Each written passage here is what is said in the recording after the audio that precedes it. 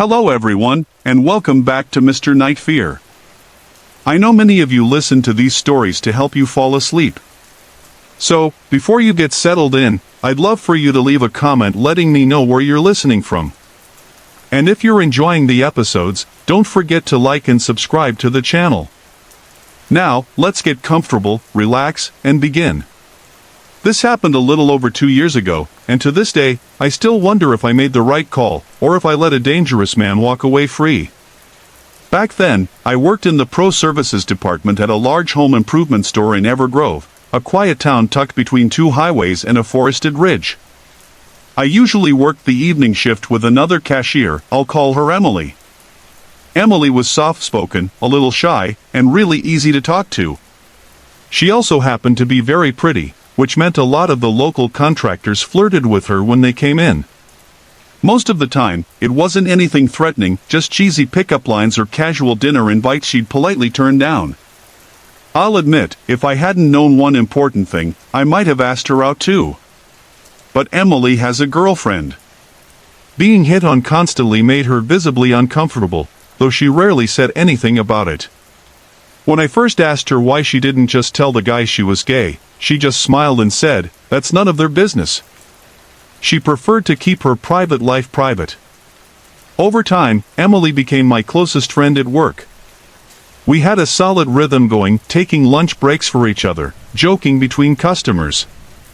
Having her there made the slow evenings feel less lonely. Then came that night. It started like any other. I had just come back from my dinner break when Emily quietly told me about some guy who'd made her uneasy. He had come through her line earlier, started flirting, and even asked her out. She told him she was seeing someone. He looked a little disappointed, but eventually walked away. I brushed it off at the time. Just another dude who couldn't handle rejection. But about an hour later, he came back. Emily was away, helping a customer in the lumber aisle, so I was alone at the register. The guy looked normal at first, clean shirt, average height, decent build. Most women probably would have called him attractive. But his energy was off. His eyes scanned the department like he was trying to find something or someone. I stepped forward and asked if I could help him. "I'm here to see Emily," he said, real matter of fact. That caught me off guard. I asked how he knew her, and he said he'd come in earlier, asked her out, and she'd said yes. So now he was here to pick her up. Instant red flag. I told him she'd gone home for the day. It was a lie, of course. Just something you say to protect your coworkers. His smile faltered. "No, I need to talk to her," he said. "I want to ask her out again." That didn't add up. He had just said she accepted his invite earlier. Trying to think fast, I didn't want to out her personal life, so I said something random and stupid. "Emily's my fiancée." He blinked like I'd just short-circuited his brain. Then his face twisted into this bitter sneer. "How's someone like her end up with you?" "I'm no movie star, but damn." That stung. Still, I held my ground and told him it didn't matter, we were getting married, and he needed to move on. He stared at me for a few seconds like he was sizing me up. Then he left without another word. When Emily returned, I filled her in. The color drained from her face as I described the guy. "That's him," she whispered. She was creeped out, but we both laughed nervously when I told her the fiancé excuse. "Well," she smirked, "I'd rather be fake engaged to you than anywhere near that guy." I think she meant it as a compliment. Weeks passed. We almost forgot about him. Then came the night that changed everything. It was late, past closing. Emily and I were cleaning up near the front, bagging trash and shutting down registers. The parking lot was nearly empty, the sky outside pitch black. That's when we heard the loud bang on the glass doors. We both jumped. It was him. Pressed against the door. Eyes wild. Face lit by the flickering overhead lights. "We're closed," I shouted, trying to keep my voice steady. He didn't budge. "I need to come in," he yelled back. Emily's voice cracked as she called out, "I'm not interested. Just leave me alone." But then, his face changed. "I'm not here for you," he said coldly. "I'm here for him." Then he said something that chilled my blood. "If I take out your husband, then you're mine." It wasn't just creepy. It was a threat. I turned to Emily. "Run to the manager's office. Call 911. Go now." I stood frozen near the counter, heart hammering. The guy started ramming the sliding doors with his shoulder, over and over. The whole frame shook like it might give way. We weren't allowed to carry anything for self-defense at work. No mace. No baton. Nothing. I was alone. Trapped. Hoping help would come in time. Then I heard running footsteps. Emily. She rounded the corner gripping a long 2x4 like a warrior. "The cops are on their way," she shouted. The guy finally backed off. He glared at us, then disappeared into the dark. Minutes later, flashing lights filled the parking lot. Our closing manager met the officers and pulled security footage. Thankfully, the guy was caught and arrested. Emily and I both put in our notices not long after. We're still friends. We go to the same community college now, balancing classes and part-time jobs. That night stuck with us, though. Every time I walk through a dim parking lot or hear footsteps behind me, it echoes back. Emily once told me she was grateful I stood up for her, but honestly, I think she saved me too. Having her charge out like that, 2x4 in hand, gave me the hope I needed not to break. The whole thing was a wake-up call. Some people don't take no for an answer. And for women, especially ones who just want to get through their shift without being harassed, things can get dangerous, fast. So yeah. I guess that's why I'm sharing this. Maybe to remind myself what we went through. Maybe to never forget how close things came to going terribly wrong. Maybe even to ask, have you ever seen someone and just known something was off? Hey everyone. I put a lot of effort and heart into creating these videos just for you.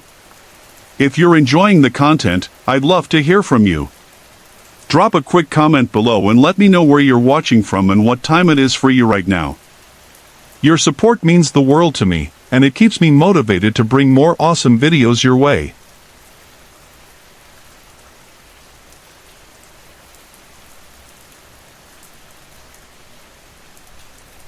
It was 2016, and I had just started a new job at a roadside inn near Pine Lake, Minnesota. It didn't pay much, but I needed something quiet, a desk job where I could stay out of sight for a while. My buddy Ethan had worked there before and got me the position. For the first few mornings, I trained with the owner, Mr. Caldwell. Then Ethan trained me for a couple of overnight shifts. Our schedule ran from 11 p.m. to 7 a.m.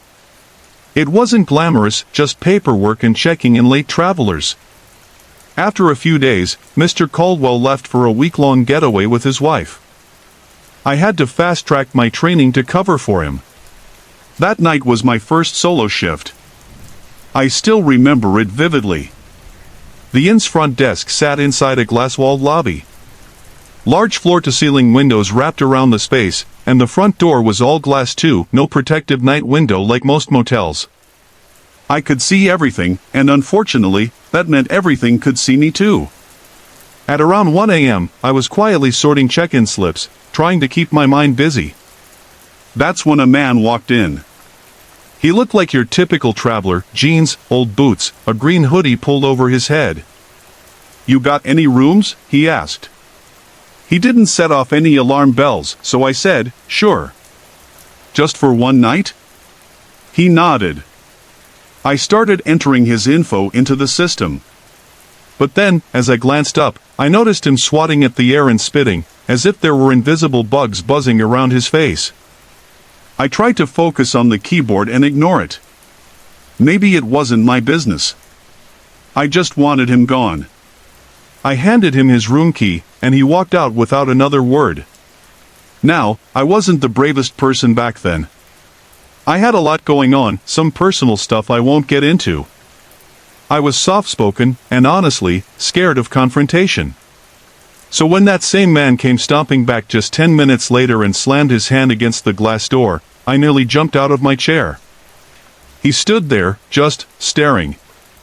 He cracked the door open, leaned his head in, and said, "I can't get in. Why won't you let me into my room?"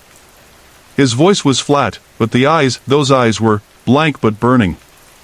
Something in my gut told me I was in danger. Trying to stay calm, I said, "Maybe your key's not working. Let me get you a new one." I handed him another card, hands trembling. He left again, but I didn't relax. I tried texting Ethan. No reply. I kept staring at the camera monitor, hoping I wouldn't see him again. But there he was, coming back down the stairs, slowly, like something out of a nightmare. I panicked. I locked myself in the back office, pulled out the small pocket knife I always kept on me. Working nights alone, I thought it was just for show. But now, I held onto it like it was the only thing keeping me alive. Through the door, I heard him yelling. "Hello? Why won't you let me in? You don't like me? Is that it?" I should have called the cops. I know that now. But in that moment, I was frozen, afraid to make it worse. So I lied, calling out, "Sorry. I'm on the phone, I'll be right out." I called Ethan over and over. Still nothing. After a minute, I took a few deep breaths and cracked the office door open. He wasn't at the counter. Then I heard murmuring, angry, raspy muttering. I turned toward the guest bathroom and realized it was him. His voice echoed through the hall. "Kill her. Kill her." My chest tightened. I couldn't breathe. Still, I don't know what I was thinking. I called out to him, "Your key must have been messed up.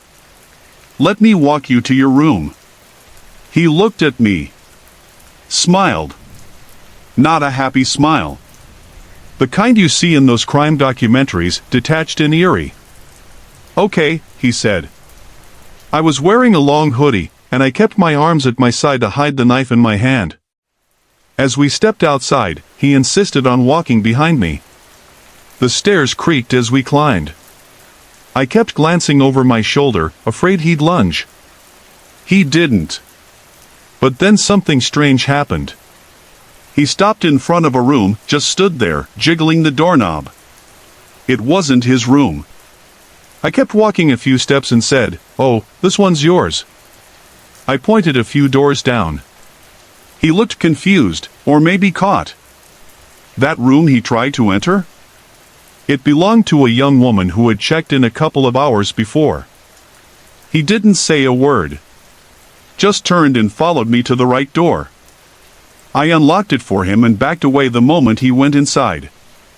Once he was in, I sprinted to the lobby, locked the doors, and checked the camera feeds over and over. I didn't sleep the rest of the shift. Later that night, a man checked in, badge clipped to his duffel. Off-duty officer from out of town. I probably wasn't supposed to say anything, but I told him what happened.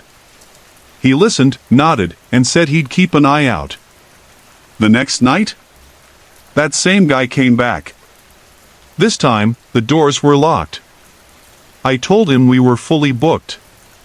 He stood there a while, staring, but didn't try to force anything. When Mr. Caldwell returned from vacation, I told him everything. He shrugged it off. "People are weird," he said. I stayed there for another year, working nights. A few other creepy encounters happened, but none as terrifying as that. That man's eyes still haunt me. And sometimes, when I pass by room 213, I wonder if he ever really left. Hey everyone! I put a lot of effort and heart into creating these videos just for you. If you're enjoying the content, I'd love to hear from you. Drop a quick comment below and let me know where you're watching from and what time it is for you right now. Your support means the world to me, and it keeps me motivated to bring more awesome videos your way.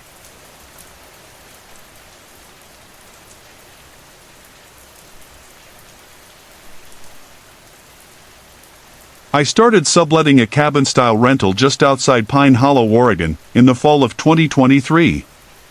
My dad and I were butting heads, and I needed space emotionally and physically. The guy who actually leased the place had personal stuff going on and needed to leave for a while. I'll just call him my landlord to keep things simple. The place was rented month to month, which was perfect for my rocky situation. The cabin sat tucked away at the dead end of a long gravel road, surrounded by foggy pines and a few other small, weather-beaten houses. It was technically 2 floors, a small kitchen, a decent-sized living room, and a loft-style bedroom upstairs. You had to open this quirky little hatch door to get to the sleeping area. It felt like something out of an old folktale. I'd been living there about a month. I'd already paid for the second, so I was fully settled in. It was quiet, kind of isolated, and weirdly comforting. One of the cabins down the road always looked empty, no lights, no car, nothing. The others had signs of life, but I never met anyone. Between my 12-hour shifts and total exhaustion, I usually just made a snack and crashed watching TV. That night was no different. I got home, made a quick peanut butter and jelly sandwich, gulped down a protein shake, and climbed up to bed. I always shut the floor hatch before sleeping. Something about leaving it open made me feel exposed, like anything could come creeping up those stairs. It didn't have a lock, though. This place was clearly built for simplicity, a solo dweller or maybe a couple. I was lying in bed watching late-night TV when I heard it. A voice. "Who's up there?" I froze. My heart just stopped. The voice came from below, but I couldn't tell if it was inside the cabin or maybe just outside the walls. I grabbed the remote and muted the TV. My ears strained in the silence. I crawled to the small round window over the bed and peeked out. The porch was pitch dark. No one in sight. "Who's there?" I called out. No answer. My hand went to the hatch handle. I hesitated. Then slowly opened the door and peered down the narrow wooden stairs. "Dad?" I said out loud, almost hoping he had randomly shown up. Silence. I tiptoed down and flicked on the light in the living room. The warm glow spread through the space, completely empty. Still trying to make sense of it, I told myself it had to be someone walking outside. Maybe one of the neighbors. I switched on the porch light and scanned the yard from the window. Nothing. Just the usual mist and the faint outline of pine trees. I shut off the lights and climbed back up. Closed the hatch again. I wasn't exactly relaxed, but I turned the TV back on to drown out the silence. Not even 5 minutes later, bang bang bang, pounding on the bedroom hatch. Hard. Angry. It wasn't gentle or confused. It was deliberate. Threatening. Someone was in the house. I didn't move. I didn't even breathe. The TV stayed on, casting slow, shifting light across the ceiling. The pounding had stopped, but now I was painfully aware that the hatch didn't lock. I waited. Maybe 20 minutes. Then, when I was sure whoever it was had left, or maybe just gotten bored, I carefully reached for my phone. It wasn't on my nightstand. Panic spiked again. I checked under the blanket, in my backpack, even between the mattress. Nothing. I might have left it in the kitchen. I opened the hatch just enough to peek out. From my spot at the top of the stairs, the TV glow let me see partway down into the living room. Everything looked normal, but I couldn't shake the feeling someone was still down there. Quiet as I could, I stepped down, barefoot, heart pounding. I didn't turn on any lights. I ran straight through the living room, slipped out the back door, and sprinted toward the only cabin with lights on. I banged on the door, desperate. Someone appeared in the window next to it, a man. He was just watching me. Didn't open the door. Didn't say a word. I waved my arms, shouted through the glass. "I'm your neighbor, I need to use a phone. Someone's in my place." Nothing. He just stood there, like he was studying me. Something about the way he looked at me, it didn't feel right. I backed away from the door, suddenly unsure if he was the kind of person I could trust. I glanced down the road. All the other cabins were dark. A horrible thought crept in, what if that guy was involved? I bolted back to my cabin, slipped in through the back door, and locked it behind me. I turned on every single light in that place. Kitchen, bathroom, hallway, everything. Still no sign of anyone. I searched frantically for my phone, eventually found it in my car, inside the center console. I must have left it there when I came home. I grabbed it and headed back into the house. The TV was still flickering upstairs. I climbed back up, now just wanting to grab my bag and leave. But when I reached the top of the stairs, someone was sitting on the bed. A man. Just calmly watching the television. He turned his head, slowly, to face me. I screamed. Didn't wait to see his face. I ran back down, flew through the house, and dashed outside into the cold night. This time, with my phone in hand, I called 911. I locked myself in my car and waited for the cops, watching the house like it might come alive. Then I saw him walking behind the house, into the woods, disappearing into the trees. When the officer arrived, I told him everything. He searched the cabin, including the loft. But the man was gone. The officer looked at me and asked gently, "Do you have anywhere else to stay tonight?" I did. Even if it meant swallowing my pride, I drove back to my dad's house with a small overnight bag and shaky hands. I returned the next day for the rest of my stuff. Stayed one final night out of sheer stubbornness, and then I was done. The landlord gave me a partial refund. When I described the man, he went quiet. Didn't ask any more questions after that. That silence?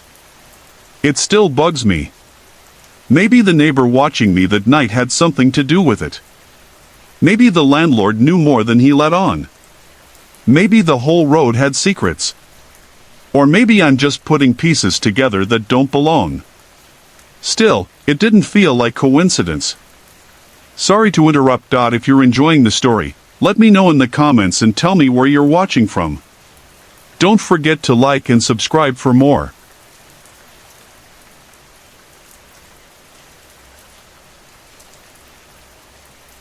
It was a cold Tuesday night in November of 2013. Around 11 p.m., I was walking home after a long shift at the diner. My car had been in the shop for days, so I'd been hoofing it just under 3 miles each way. The walk usually took me about an hour, and I always made it back before midnight. I lived in a quiet little town called Pine Hollow, tucked away in rural Pennsylvania. After 10 p.m., the town pretty much shut down. No traffic. No people. The only headlights you'd ever see belonged to truckers cutting through toward Pittsburgh. That night, about a mile into my walk, I took a turn onto one of those backcountry gravel roads. The kind that feels more like a path carved into the woods than a real road. My house was way off the main road, hidden in a stretch of forest where old trees blocked out the moonlight. It was peaceful most nights. But not this one. As I turned, I heard the low hum of a vehicle engine, distant at first, but creeping closer. I looked back and spotted it about a quarter-mile away, coming down the road I had just turned off. A dark van, moving slow, and with no headlights. At first, I didn't think much of it. There's a rundown used car lot on the edge of town, and a lot of their clunkers have busted lights. I figured it was just someone heading home in a beater. I kept walking. The van stayed on the main road, crawling along. Then, 5 seconds later, I nearly jumped out of my skin when the van's engine suddenly roared to life and it lurched forward, this time with its headlights blazing. My stomach dropped, but I told myself to stay calm. Maybe the driver had just fixed the lights. Maybe they were in a rush. But then, just before reaching the side road I was on, the headlights flicked off again and the van slowed. That's when I got that sinking feeling. You know the one. When your gut whispers, run. I didn't want to look like I was panicking, but I picked up my pace. Fast walk. Head down.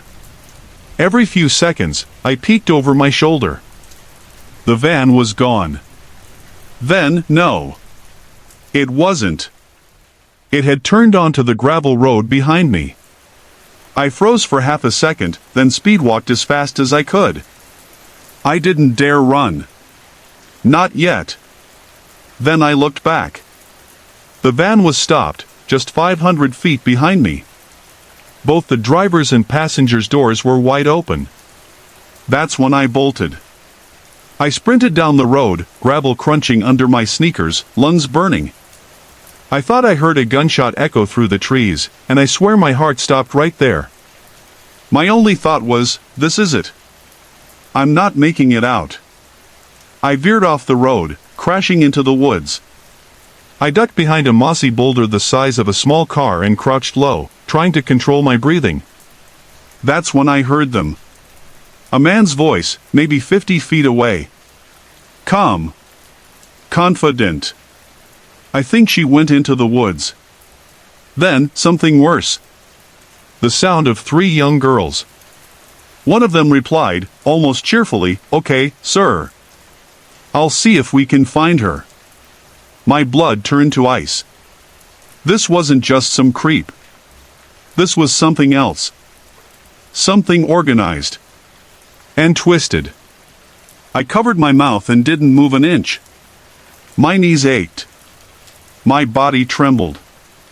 Then I heard the man again, louder this time. "Whoever finds her doesn't have to drink the blood tonight." I felt like I might throw up. My brain raced. Was this some kind of cult?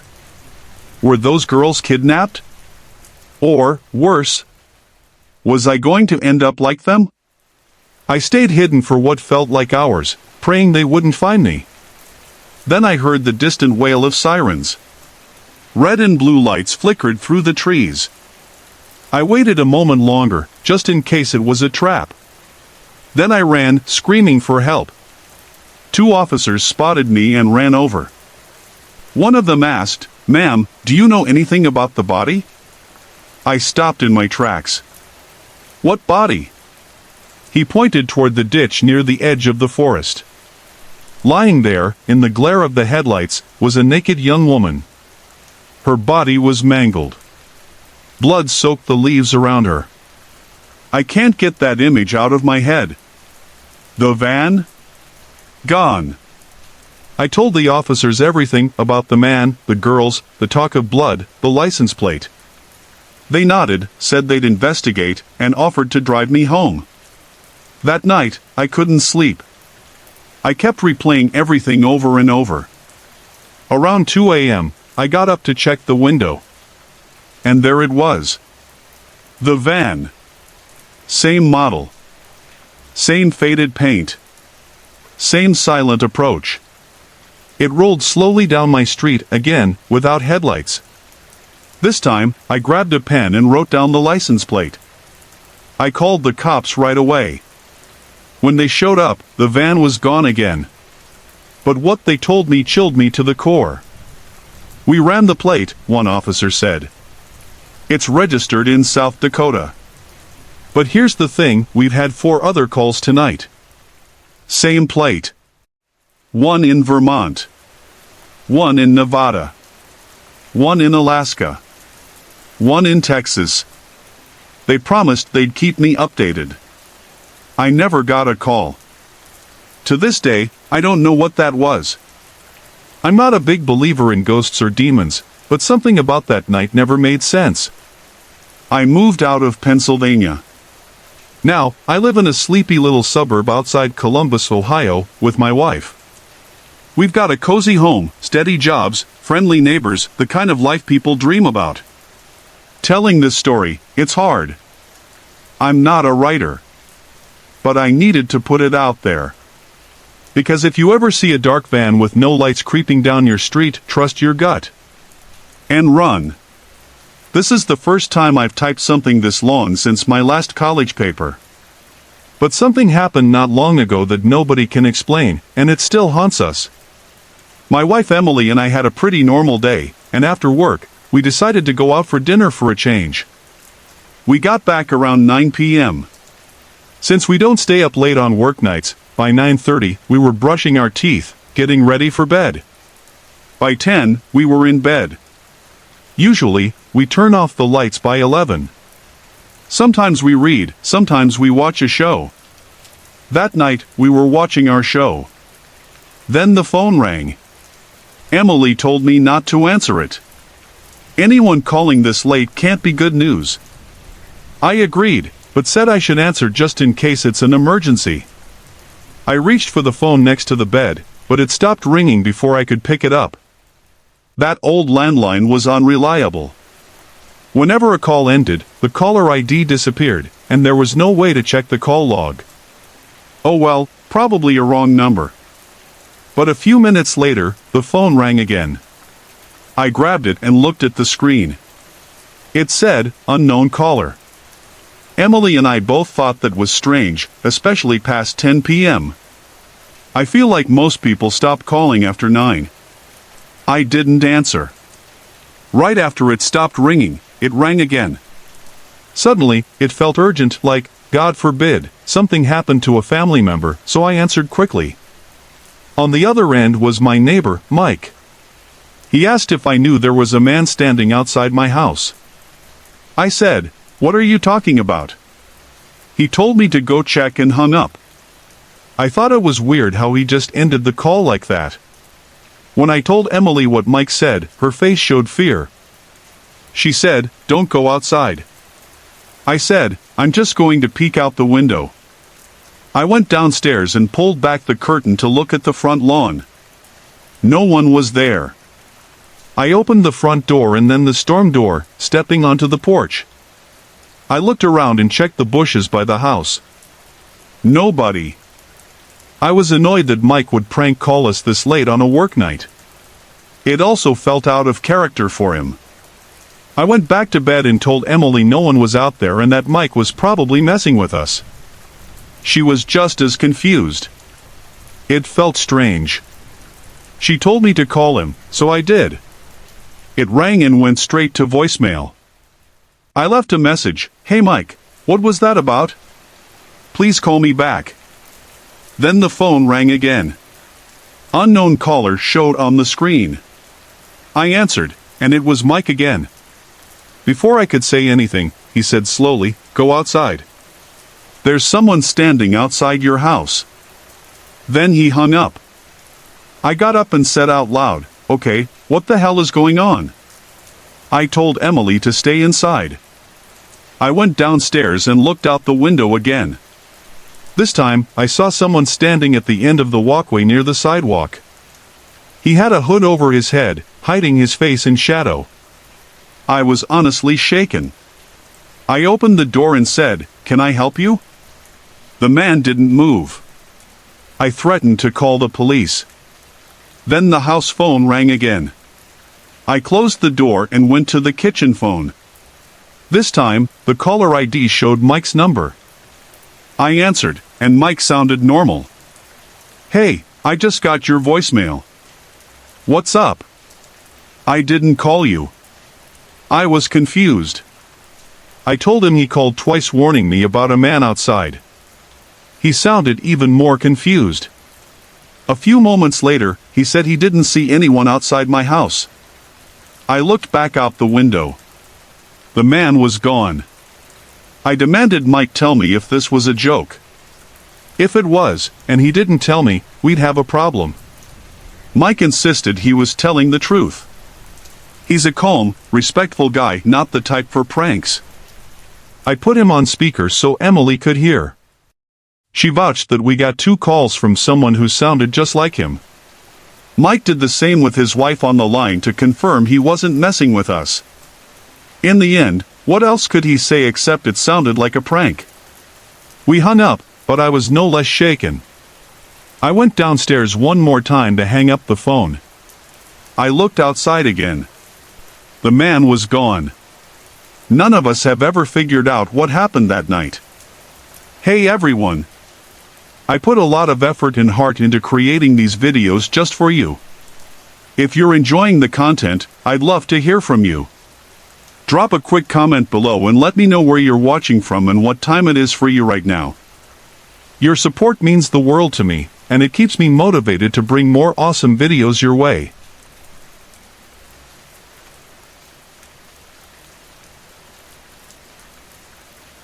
When I was about 12 or 13, my friends and I used to go bowling almost every weekend. There was this old bowling alley just a few blocks from where we lived in a small town called Pine Lake. It wasn't fancy, but it was cheap, perfect for a bunch of teenagers who didn't have much cash.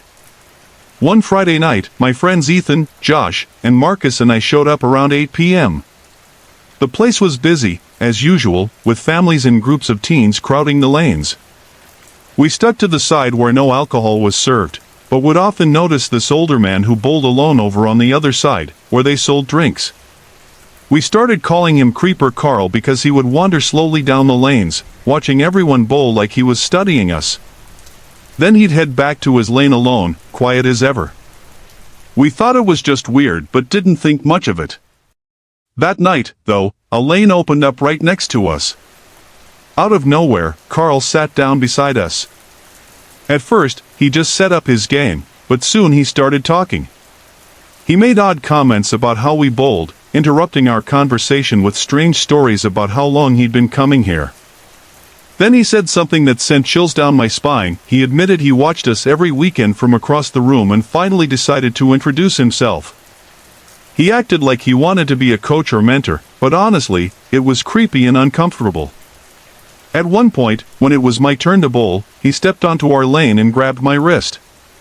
He tried to adjust my form without asking. I didn't say anything, though I was only 13, and none of us knew how to tell him to back off. The whole time, I felt uneasy, and so did my friends. We ended up leaving early that night, skipping the usual extra games. Instead, we used the money to grab pizza from a place down the street. After we finished eating, Ethan and Marcus went their own ways, while Josh and I started walking home together. As we walked, we heard a car engine roar to life behind us. We turned to see an old Ford Explorer making a clumsy three-point turn nearby. Our hearts sank. Could it be Creeper Carl?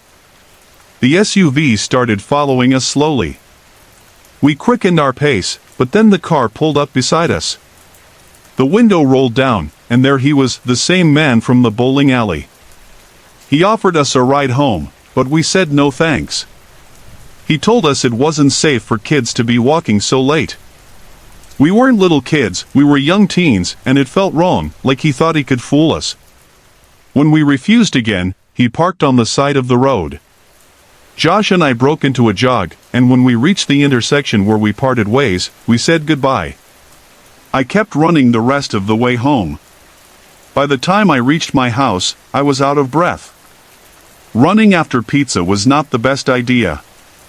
My dad was already asleep. He worked late weekends. My mom was probably out with friends, and my sister was likely busy too. We had a rule not to ring the doorbell and wake Dad. So, I went around back to the shed where we kept the spare key. As I stepped out, I thought I heard something, maybe a noise, but I ignored it. When I unlocked the back door and opened it, I suddenly felt someone rush up behind me. Before I could turn around, a hand clamped over my mouth, and an arm wrapped tightly around my neck. I couldn't see who it was. I was frozen, struggling to breathe. I scratched and fought back, trying to free myself. Somehow, I managed to pull the hand away just enough to scream, "Dad!" It was enough. The man panicked, loosening his grip and bolting out the door. I didn't look back. I sprinted up the stairs and yelled for my dad. He came running, checked the yard and the house perimeter, then sat with me inside. I told him everything about Creeper Carl, how he'd been stalking us at the bowling alley and followed us home in his SUV. Dad filed a police report, even tried to get the bowling alley to share their security footage from that night. They refused. After that, my mom made sure I never went back to that place. Honestly, I don't think I ever wanted to. What do you think really drove that man to follow us? Have you ever felt watched in a place you thought was safe?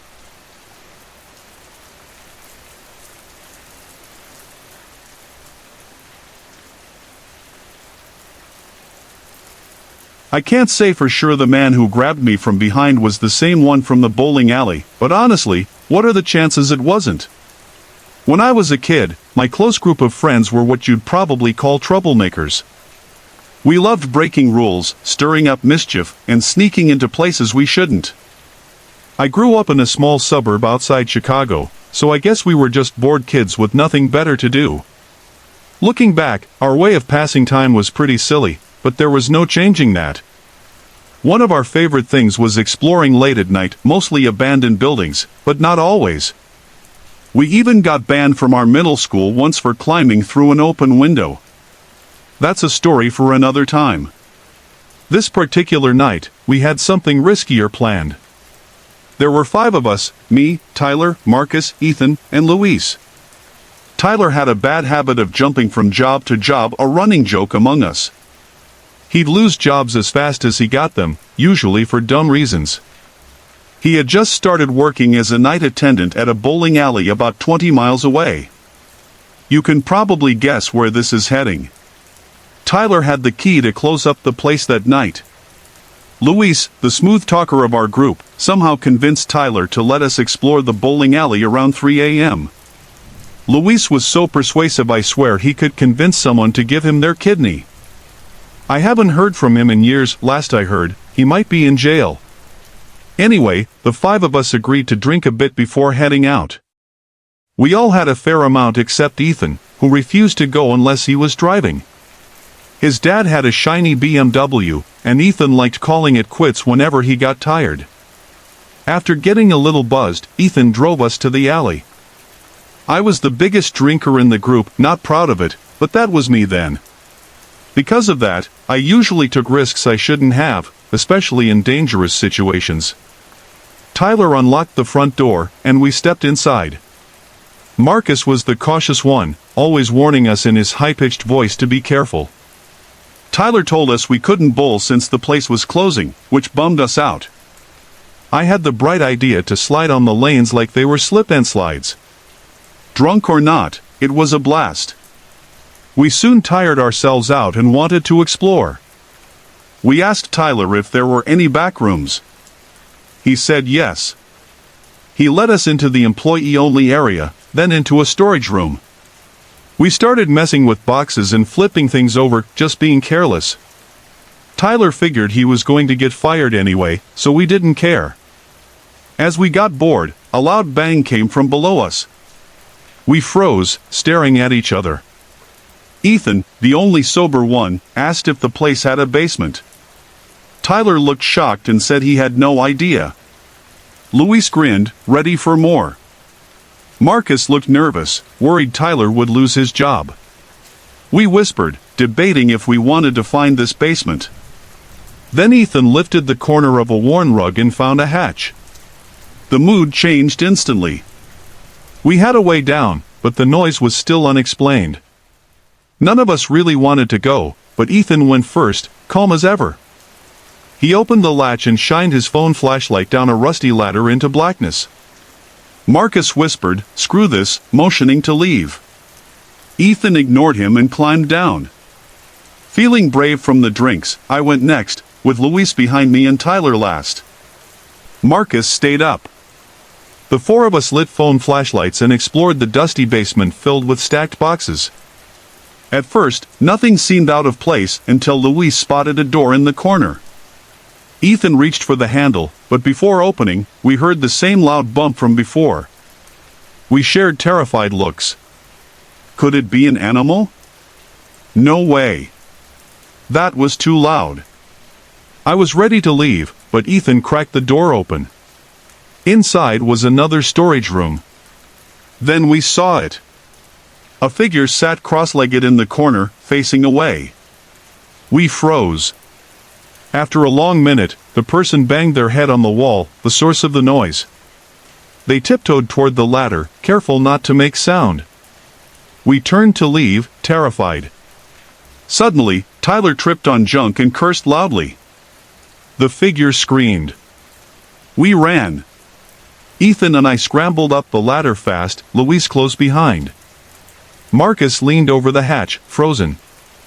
Louise made it out, and the three of us rushed for the exit. We heard Tyler yell, "Get off me," but Ethan and Louise were too scared to look back. I ran back and saw Marcus throwing a metal pipe down the hatch, followed by a chilling scream. Tyler climbed up, and Marcus grabbed his wrist, pulling him out.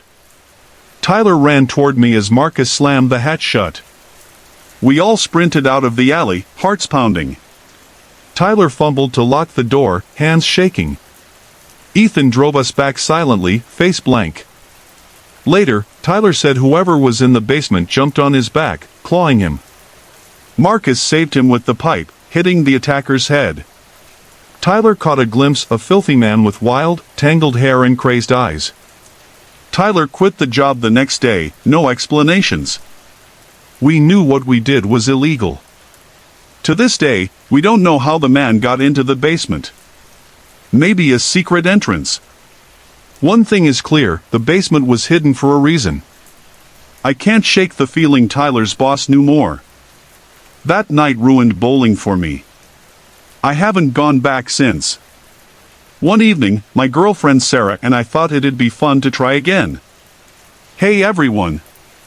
I put a lot of effort and heart into creating these videos just for you. If you're enjoying the content, I'd love to hear from you. Drop a quick comment below and let me know where you're watching from and what time it is for you right now. Your support means the world to me, and it keeps me motivated to bring more awesome videos your way.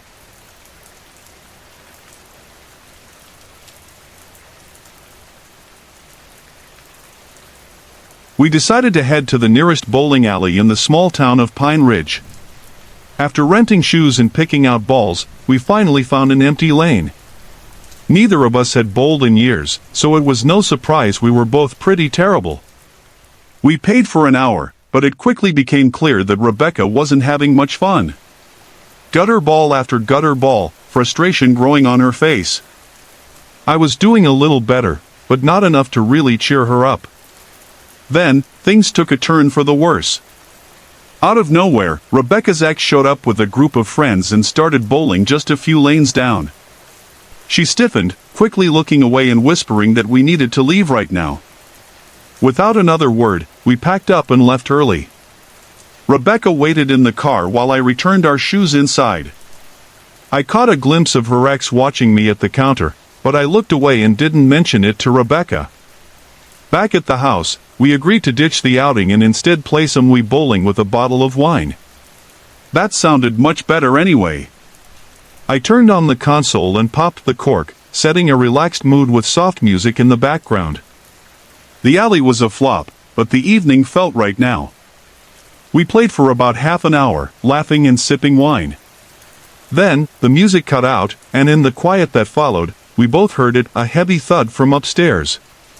We exchanged glances. Rebecca whispered that she heard it too.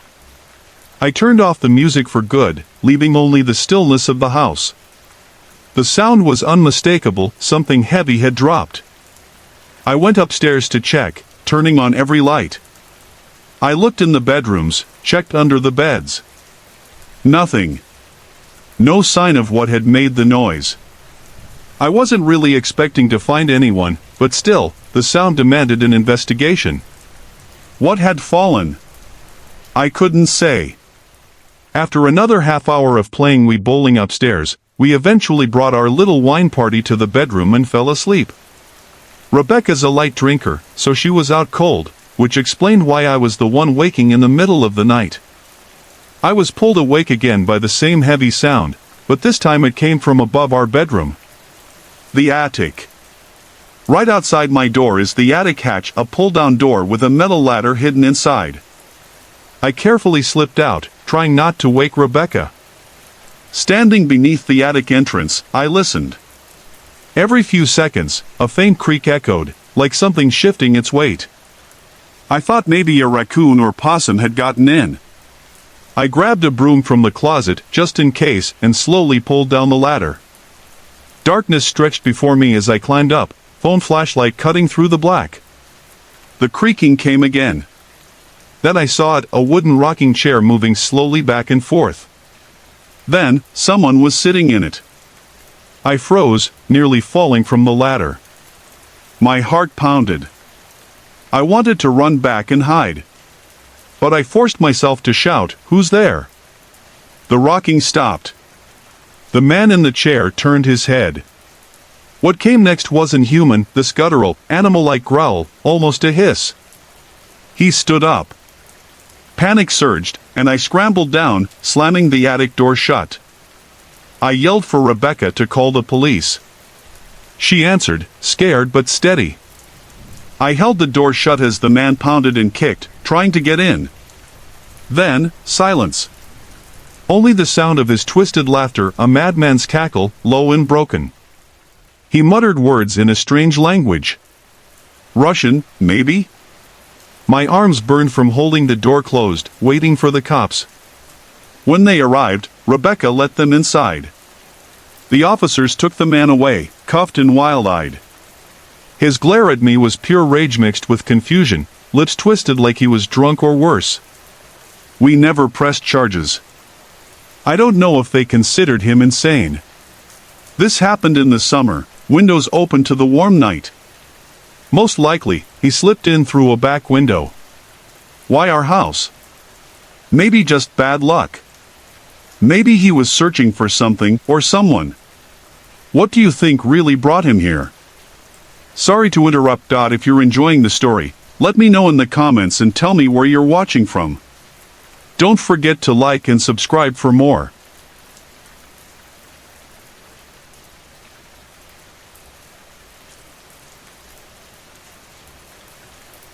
My name is Jake.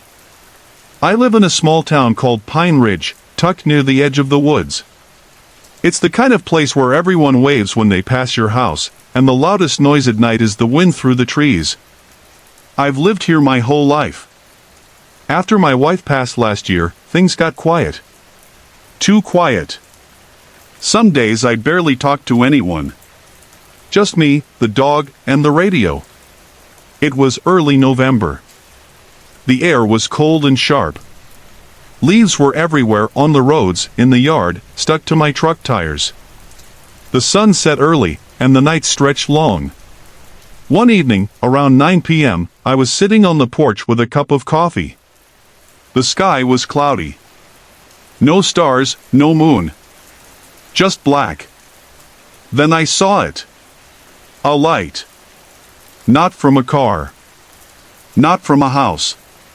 It was coming from the field behind my property, an old overgrown place where no one had lived for years. Just trees, weeds, and the ruins of a barn. At first, I thought it might be kids. Maybe someone with a flashlight messing around. But the light didn't move. It stayed still. Bright. White. Like a streetlight dropped into the middle of the field. I watched it for a long time. It didn't blink. It didn't shift. Just glowed. I almost went out to check, but something in my chest said, not yet. Instead, I stayed inside that night. Locked the doors. Closed the curtains. Left the porch light on. The next morning, I walked out to the field. No light. No sign of anything. Just frosted grass and an old path nearly lost to time. But I noticed something. There were footprints. Small ones. Barefoot. They led from the middle of the field all the way to my fence. Then they stopped. That night, I couldn't sleep. Around midnight, I heard a noise. A low, steady hum. Like a radio stuck between stations. I got up. Looked outside. The light was back. Same spot. But this time, it was pulsing. Like a heartbeat. I stood at the window, frozen. My dog growled low behind me, hackles up. Then came the tapping. At the back door. 3 slow knocks. Tap, tap, tap. I turned the lock. Not to open it, just to make sure it was shut tight. Then silence. I stayed up all night. In the morning, the light was gone again. But this time, there were handprints on the glass. Small. Like a child's. That day, I called my neighbor Lauren. She's the only one who lives close. I asked if she'd seen anything strange. She paused. Said her porch light had been flickering lately. Her phone had died suddenly in the night. She thought it was just bad luck. I told her about the light. The knocks. The handprints. She got quiet and said, "Jake, don't go back to that field." That night, it rained. Heavy and cold. The kind of rain that soaks through your coat in seconds. Around 2 a.m., the hum returned. Then the light. Then the knocking. But not at the back door. At my bedroom window. Tap, tap, tap. I pulled the curtain back slowly. Nothing. Just water on the glass. I turned around and nearly screamed. There was a shadow in the hallway. Tall. Thin. Still. I couldn't move. Couldn't speak. The hallway light flickered. Then died. When it came back on, the shadow was gone. I didn't sleep again that night. The next day, I found my phone on the kitchen floor. It was off. I tried to turn it on, but it just buzzed and showed a single word on the screen. Come. That's when I knew I had to go out there. Back to the field. I waited until just before dark. Took a flashlight. My dog wouldn't come with me. He whined and hid under the table. I walked slowly through the tall grass. The wind was sharp. My breath showed in little clouds. Then I saw it. The light. It was brighter than before. Almost painful to look at. And standing in front of it was a figure. Small. Barefoot. A little girl. She was turned away from me. I said, "Hello?" She didn't move. I stepped closer. She turned around. But her face wasn't right. Her eyes were wide and dark. Her mouth was too big. Like someone had stretched it. She opened it like to scream, but no sound came out.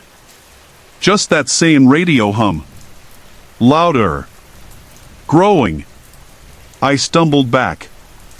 Fell to the ground. When I looked up, she was gone. The light blinked once. Then vanished. I ran home. Locked every door. Every window. I sat in the living room, shaking.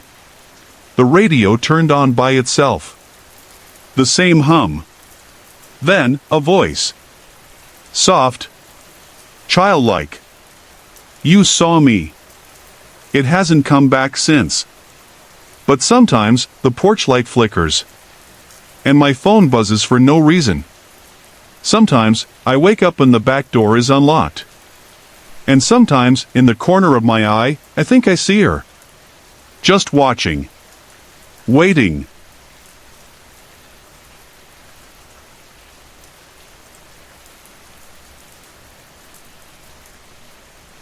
My name is Chris. I live in a small town called Pine Grove. It's the kind of place with one gas station, one diner, and too many trees. Last year, my wife passed away. I'd been living alone since. Our house sits at the edge of the neighborhood, near a patch of woods. Most nights, I sit in my recliner and read. I keep the lights low. I like the quiet. But something changed this past winter. It started with the streetlight. The one right outside my bedroom window. That light never used to flicker. It was always steady, warm. But in January, it began blinking. Just slow at first, on, off. Then completely off. I called the town to report it. They said they'd fix it soon. The first night it went fully dark, I felt strange. The moment the light died, my room felt colder. I pulled the blanket over me and told myself it was nothing. But at 3 a.m., I woke up. I didn't hear a sound. It was just a feeling. Like someone was watching. I turned toward the window. My blinds were half open. And I swear I saw something standing near the streetlight. A figure. Tall. Still. Almost blending with the shadows. I blinked. It was gone.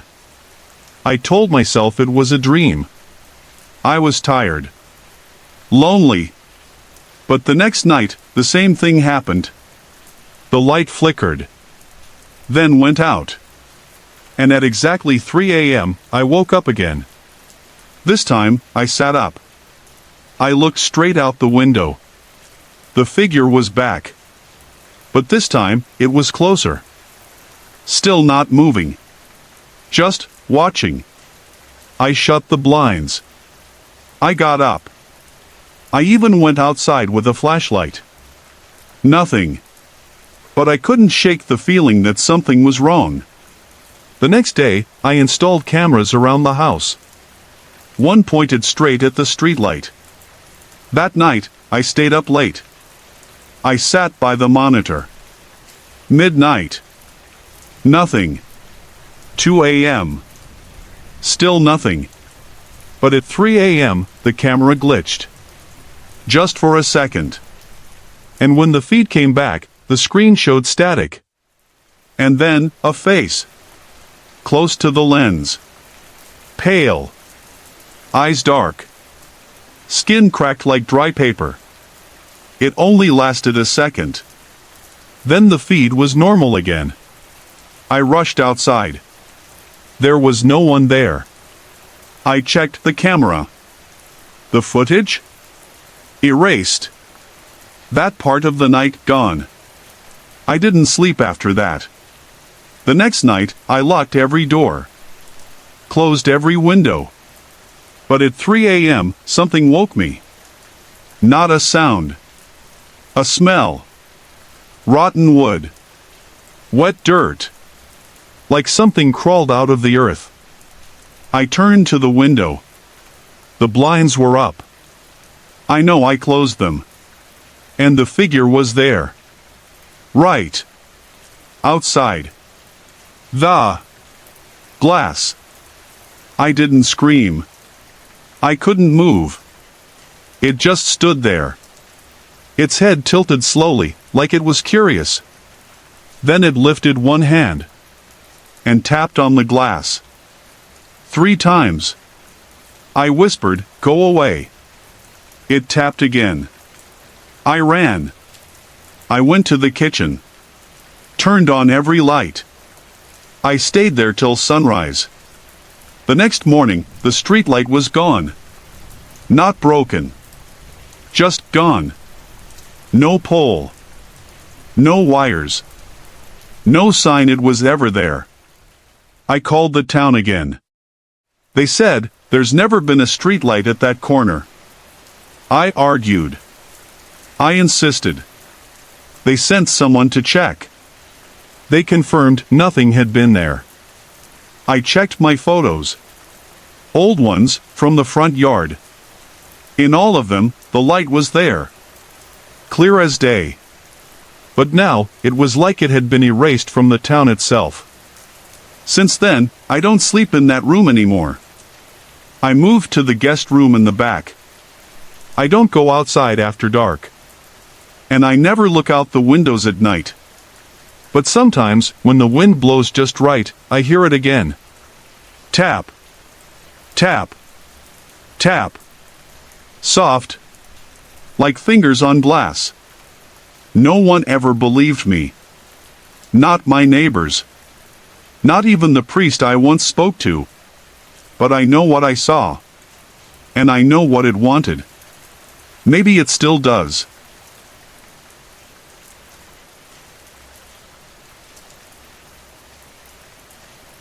My name is Chris. I live in a small town in Indiana called Birch Hollow. It's quiet here. Everyone knows each other. People wave from their porches. Doors stay unlocked. I moved back home 2 years ago. My dad passed away from a heart attack, and I came back to take care of the old farmhouse. It's just me now. Mom died when I was a kid. The farmhouse sits at the edge of town. It's old. The wood floors creak and the walls groan at night. But it's home. Or it was. Something changed last October. It was a cold night. The kind of cold that feels sharp in your nose. I had just gotten back from my shift. I work as a night security guard at the library. It's boring, but it keeps me busy. I made a cup of tea and sat by the window. I do that sometimes. Just sit. Think. Watch the wind move the trees. The cornfields behind the house look like waves in the dark. Then I saw it. A light. In the field. It wasn't the moon. It was small. Dim, like a lantern. I thought maybe it was a neighbor. Maybe a kid playing with a flashlight. I turned off my lamp and looked closer. The light didn't move like a person walking. It floated. Soft and slow. Like it was drifting. I stared for a long time. Then it vanished. Gone. Just like that. I rubbed my eyes and laughed a little. Maybe I was just tired. Maybe it was nothing. But the next night, it came back. Same time. Same place. I went outside this time. Walked to the edge of the porch. The wind was colder. My breath came out in little clouds. The light was there again. Just above the corn. Glowing faint orange. No sound. No footsteps. No wind moving the stalks. I called out. Hello? Anyone out there? Nothing. The light paused. Then it started to move toward me. I backed up. My heart was racing. And then it vanished again. I didn't sleep that night. The next morning, I told my neighbor, Mr. Evans. He's lived here forever. He just nodded and said, "Don't go into that field. Folks used to see things there." I asked what he meant. He looked down. Said, "Back in the 60s, a girl disappeared in that field. Her name was Emily. 17 years old. Her dad said she liked to take long walks. One night, she never came back. They never found her. That night, I locked every door. Closed the curtains. But I still looked. And there it was. The light. I didn't go outside. I just watched. It moved slower this time. Like it was searching for something. The next day, I dug through the old papers in the attic. Found a yellowed newspaper. Teen vanishes from Birch Hollow farm field. Search abandoned after 12 days. Emily Harper. That was her name. I found an old photo. She had long brown hair and a soft smile. There was a sketch of the dress she wore, pale blue with flowers on it. I started dreaming about her. In my dreams, I was standing in the field. The corn was tall. The air smelled like rain. I would hear footsteps behind me, but I couldn't turn around. Couldn't move. Each night, the light came closer. One night, I woke up to a sound. Tap.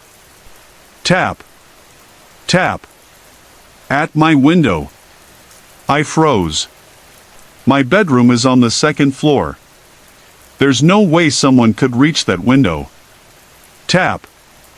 Tap. Tap. I sat up slowly and peeked through the curtain. Nothing. But the light was in the field again. Right at the edge now. Almost in my yard. I grabbed my dad's flashlight and went outside. I told myself I had to see it up close. Had to understand. I stepped into the field. The air felt heavy. My flashlight flickered. Then the wind stopped.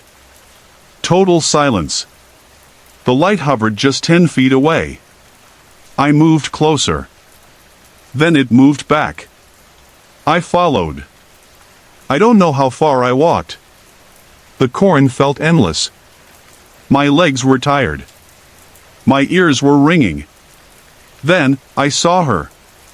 Not the light. Horror. A girl standing in the corn. Pale blue dress. Brown hair. She looked right at me. I stopped. "Emily?" I whispered. She smiled. Not a happy smile. A sad one. Then she turned and vanished into the corn. The light flickered and disappeared too. I ran back to the house. I didn't sleep. The next day, I told the sheriff. He nodded like he didn't believe me, but said he'd take a look. That night, the light didn't come. Nor the next night. I haven't seen it since. But I still leave a light on the porch. And sometimes, I still dream about her. In the field. Smiling. Waiting. Maybe she's still lost. Maybe she just wants someone to remember. I don't know what I saw.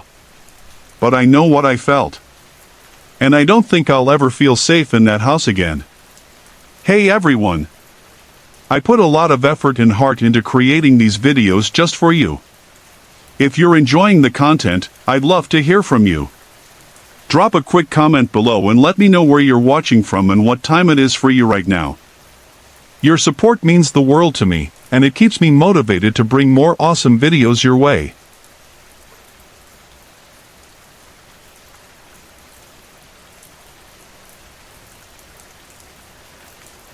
My name is Chris. I live in a quiet town called Hollow Pine. It's small, peaceful, and surrounded by woods. Nothing much happens here. That's why I liked it. I moved here after my mom died. I needed space to think. I needed quiet. I rented a small house at the edge of town. The roof was old. The porch creaked when I stepped on it. The wind howled through the trees at night. But it felt safe. Like the world couldn't touch me out here. Right across from my house was a single streetlight. It flickered sometimes. I didn't think much of it at first. The town was old. Things broke. That's life. I worked online. Mostly writing. I didn't talk to people much. I had no family nearby. Just me and my thoughts. And sometimes, that old streetlight. The first strange thing happened on a cold night in November. I was up late, writing. I looked outside and saw the streetlight blinking again. Only this time, it blinked in a pattern. On. Off. On. Pause. Off. It looked like Morse code. I laughed to myself. I need sleep, I said out loud. But then I saw someone standing under it. A man. Tall. Still. He wasn't wearing a coat. Just a white shirt and dark pants. He didn't move. Not even a little. Just stared straight ahead. I got up and walked to the window. I pulled the curtain back. But when I looked again, the street was empty. The man was gone. I didn't sleep well that night. The next day, I asked my neighbor, Mr. Harlan, if he ever saw people wandering around at night. He shook his head. Nobody walks out here after dark, he said. Too cold. Too quiet. I didn't tell him what I saw. I didn't want to sound crazy. But that night, it happened again. The light blinked in that same weird pattern. And the man was back. Same spot. Same blank face. This time, he raised his hand and pointed at me. I stepped back from the window, heart pounding. I looked again. He was still pointing. Still watching. I shut the curtains and turned on every light in the house. I kept the TV on all night. The third night, I tried not to look. I sat on the couch with my back to the window.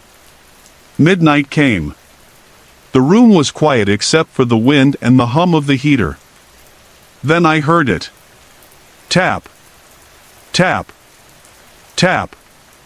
On the glass behind me. My stomach dropped. I turned slowly. The man was standing on my porch.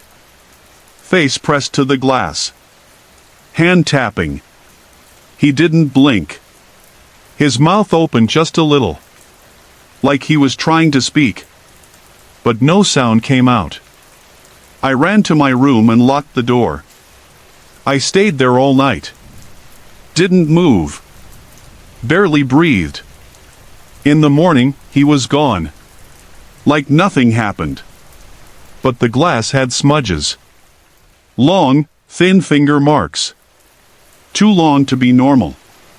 I stopped sleeping after that. Every night, the same thing. The blinking streetlight. The man in white. Closer. Always closer. I tried to ignore him. But the tapping got louder. More aggressive. Sometimes it came from the windows. Sometimes the back door. Once, I found my front door unlocked in the morning. I always lock it. Always. One night, I broke down. I turned off all the lights and stared out the window, waiting. The man appeared. But he wasn't alone. Another figure stood beside him. Smaller. A woman? She was wearing a long dress. Her hair was wet, dripping onto her shoulders. Her face was pale. Her eyes looked empty. They stood under the streetlight, staring at my house. Then the light went out. I heard my porch creak. I didn't go to the door. A few days later, I drove to the library. I asked about the neighborhood. About Hollow Pine Road. The librarian paused. There was a fire here. A long time ago, she said. A man lost his wife. Said she walked out one night and never came back. He claimed something under the streetlight took her. She handed me an old newspaper article. There was a picture of the man. It was him. The same face. The man from the streetlight. He died 20 years ago. I came back home. I didn't know what to do. That night, I left a chair by the window. I sat and waited. The light blinked again. And the man appeared. But this time, he wasn't pointing. He was smiling. He opened his mouth wide. And I heard it. A voice. It was my mother's voice. It said, "Come outside." It sounded kind. Familiar. Loving. But something inside me screamed, "Don't." I didn't open the door. I just sat and cried. The next morning, everything was normal. The streetlight was still. No blinking. No figures. I haven't seen him since. But sometimes, when the wind picks up, and the streetlight hums, I feel something watching. Waiting. Sorry to interrupt. If you're enjoying the story, let me know in the comments and tell me where you're watching from. Don't forget to like and subscribe for more.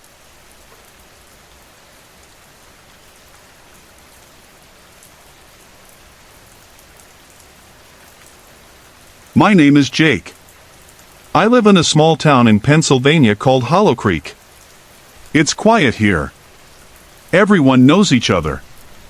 We have one gas station, a diner, and old wooden houses that creak when the wind blows. I moved back home after my wife passed last winter. The house feels big now. Too big. It's just me in the cold. Every night, I sit on the porch with coffee. I watch the wind move the trees.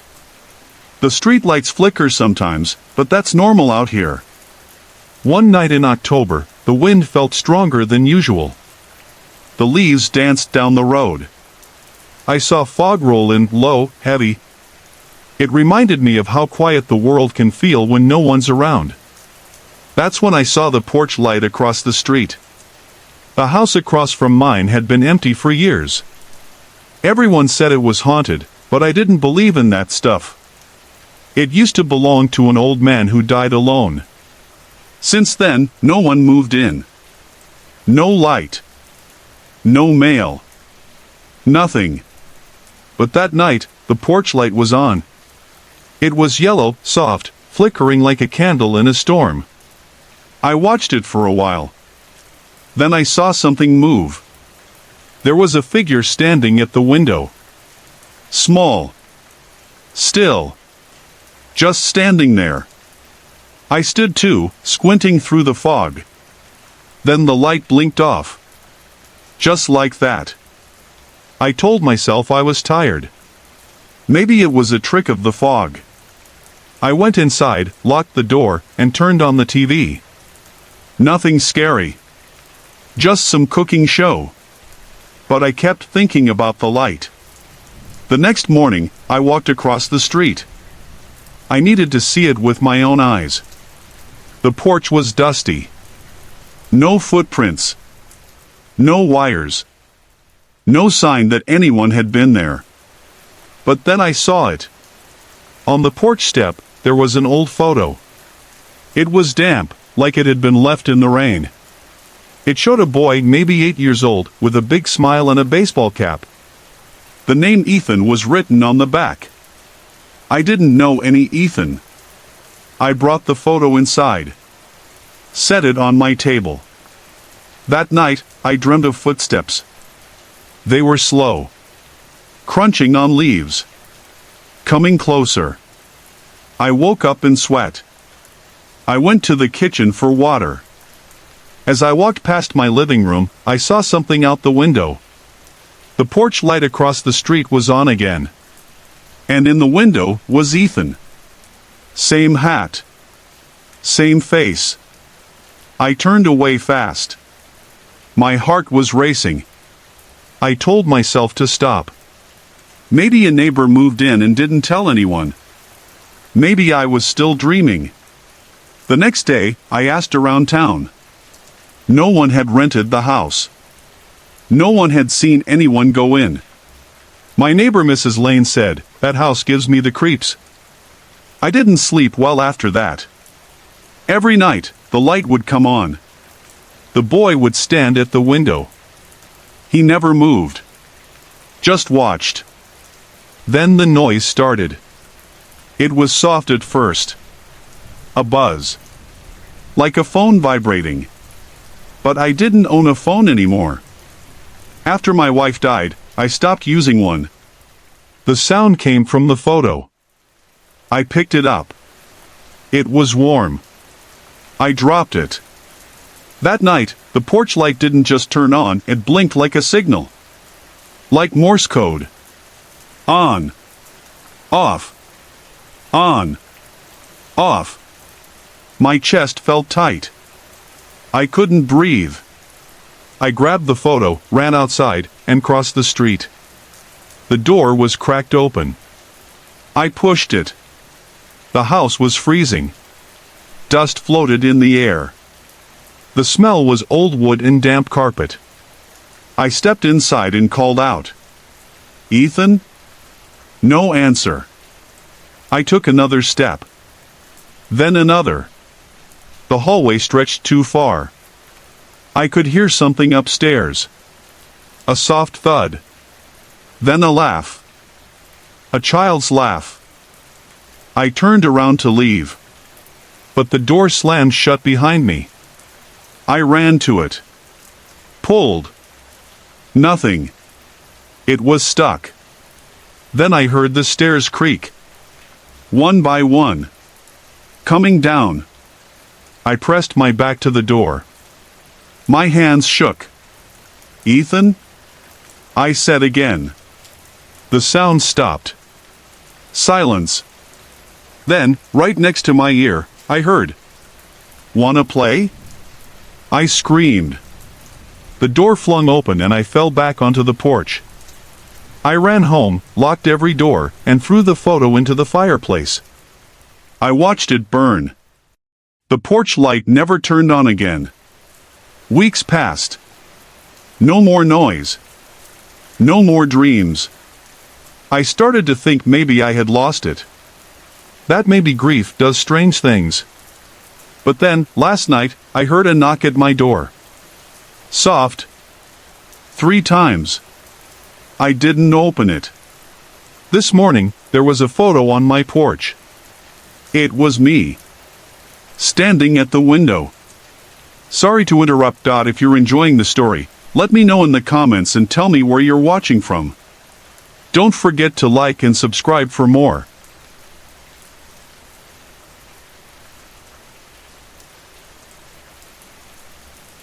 I used to work as a part-time desk clerk at a roadside motel just outside of Still Hollow, a tiny town in Oregon.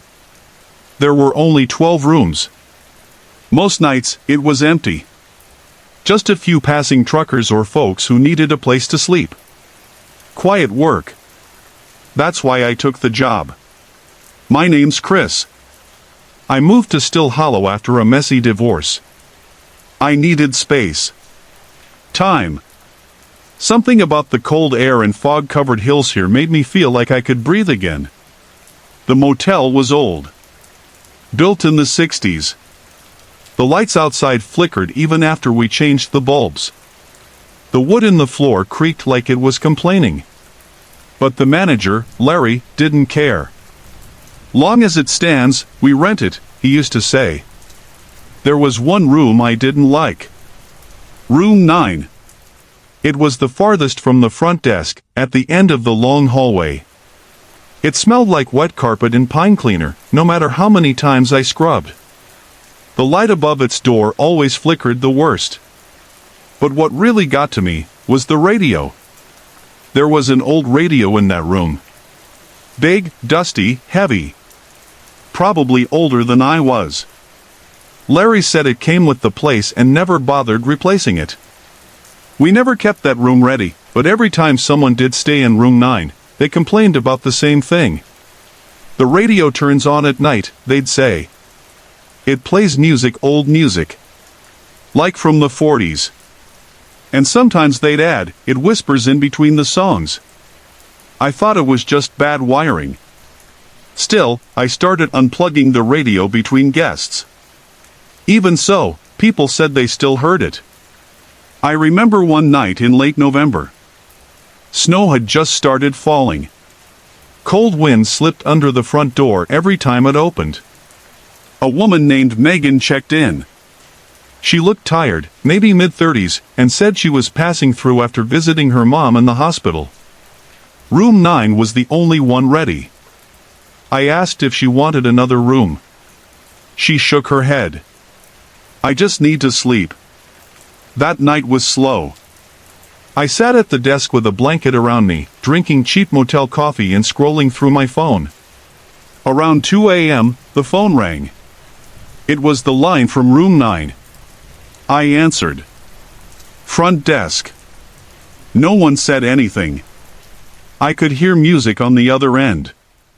Soft. Old. Like swing jazz or something. Then static. Then the sound of someone breathing. Then, click. I stared at the phone for a long moment. I didn't want to check it. But part of the job is checking. So I grabbed the master key, put on my coat, and walked down the hall. The whole way there, I felt like I wasn't alone. Like someone was behind me. Breathing. I knocked on the door. Megan? No answer. I unlocked the door. The room was dark, but warm. The radio was on.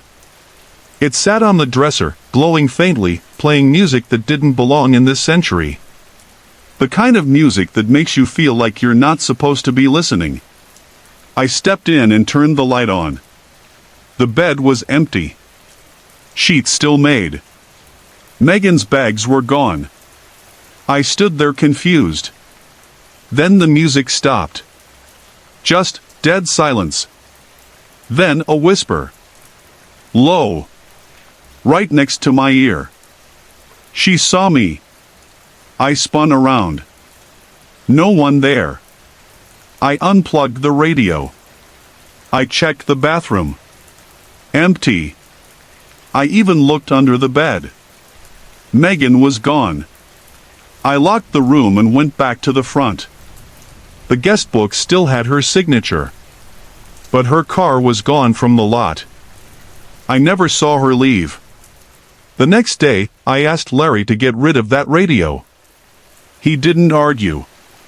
I helped him carry it out to the dumpster. That thing was heavy, felt like it didn't want to go. The following week, I was alone again on shift.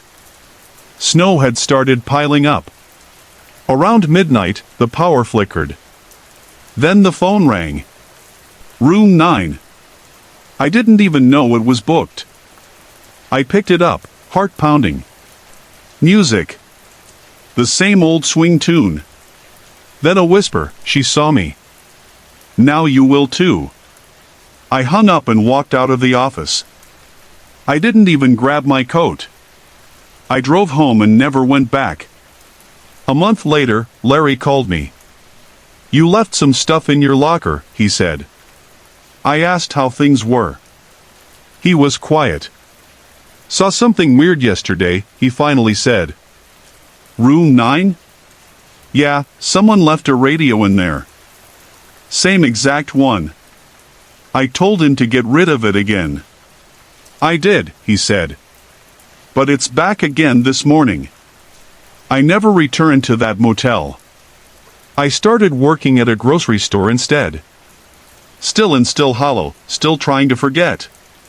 But sometimes, at night, I swear I hear that same music through the walls of my apartment. I even got rid of my own radio. Threw it in the river. But I still hear it sometimes. It plays the same song. Soft. Sweet. Old. And when the music fades, the whisper comes next. She saw me.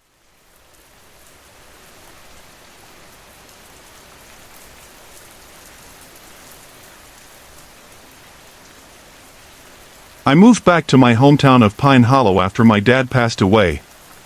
He left me the house. A small, gray place near the edge of town. It was quiet here. Too quiet sometimes. The winters were long in Pine Hollow. Windy. Cold. The kind of cold that makes your bones hurt. I didn't mind it. I liked being alone. I worked from home, and most days I didn't even leave the house. But I started to notice something strange not long after I moved in. There's an old streetlight across from my house. It flickers. Always has. My dad used to complain about it. The city never fixed it. It was under that streetlight that I first saw him. It was just after midnight. I was making tea in the kitchen when I noticed movement outside. I looked through the blinds. A man stood under the streetlight. He didn't move. He just stood there. Not facing the road. Not looking at my house. Just still. I didn't think much of it. Maybe he lives nearby. Maybe his car broke down. I went back to my tea. The next night, he was there again. And the night after that. Same time. Same spot. Same stillness. By the fourth night, I was starting to feel uneasy. I watched from the living room window. I turned off the lights so he couldn't see me. The wind blew his coat. But he didn't move. He didn't even flinch. I decided to call the non-emergency line. The woman who answered knew my voice.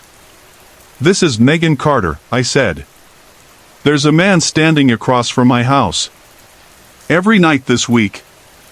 He doesn't move." "Under the flickering streetlight?" she asked.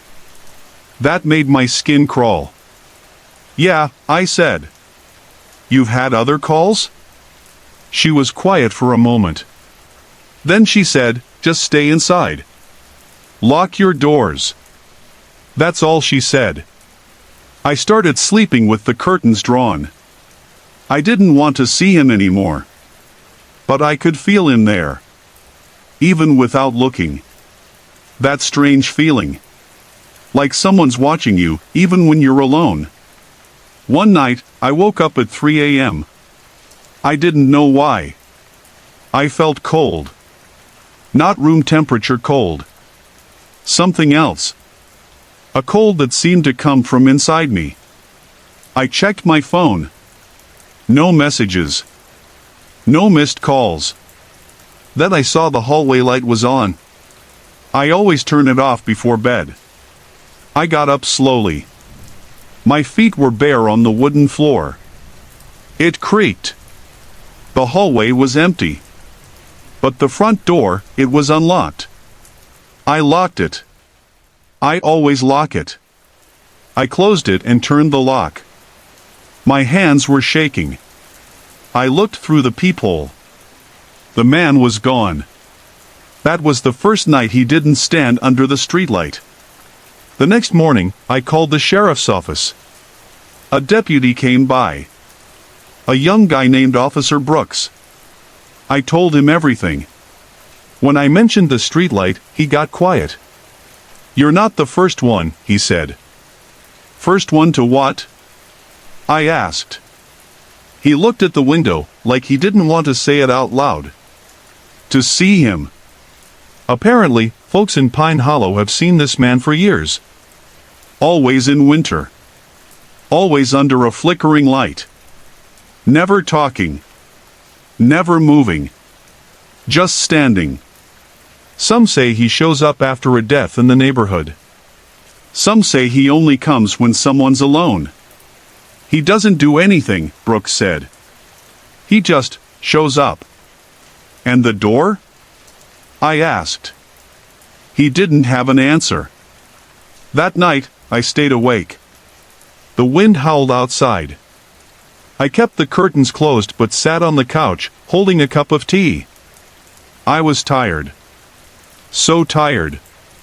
I dozed off for a while. Maybe half an hour.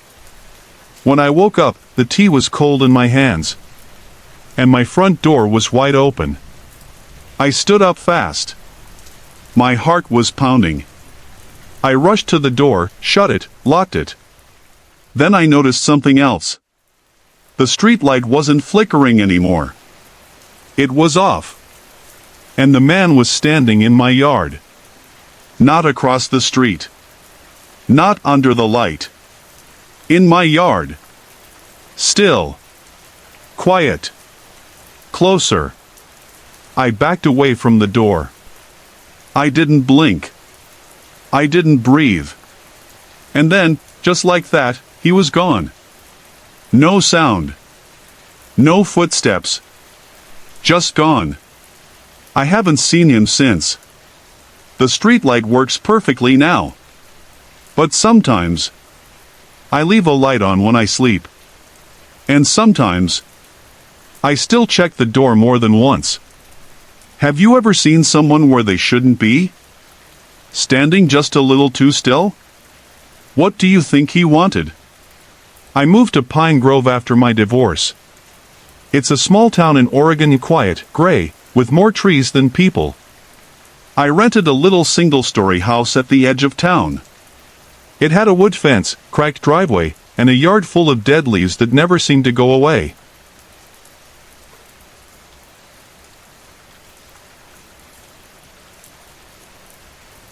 My name is Officer Matt Collins, and I live in a small town called Cedar Hill. It's the kind of place where everyone knows each other. We have one gas station, one diner, and one blinking traffic light. It's quiet most of the time. Too quiet, maybe. I moved back here after my wife passed away 2 years ago. I needed peace. I thought coming home would help me feel better. It didn't. I still patrol the same backroads every night, hoping the silence will calm my thoughts. But sometimes, the silence hides things. Things you don't expect. It was a cold autumn night. The leaves were falling fast. I remember the wind was strong and sharp, and my patrol car's windows kept fogging up. I was driving along Harvest Road, a narrow path that cuts through empty cornfields. There used to be a farmhouse out there. But it burned down a long time ago. The land is abandoned now. Locals say it's cursed. I never believed that kind of talk. I've seen real danger, drug busts, robberies, even a standoff once. Ghost stories didn't scare me. Until that night. My radio crackled, but there was no call. Just static. Then it went silent. I slowed down. Something about the road felt off. I couldn't explain it. It was like the air had changed. Thicker. Heavy. Up ahead, I saw a man standing alone in the field. He wasn't moving. Just standing between rows of corn, maybe 20 yards from the road. I stopped the car and turned on my spotlight. His back was to me. He was tall, wearing a dark coat. No hat. No phone. No flashlight. It was nearly midnight. Who would be out here? I got out of the car and called out. "Sir? You okay?" He didn't move. I stepped closer, boots crunching leaves under me. The corn swayed in the wind, brushing against itself with a soft hiss. "Sir?" Still nothing. I reached for my flashlight and took a few more steps. That's when I noticed something strange. He wasn't standing in the field. He was hovering. Just a few inches off the ground. I froze. I took one step back. My heartbeat pounded in my ears. Then, slowly, the man turned his head, but only his head. His body stayed still. His face was wrong.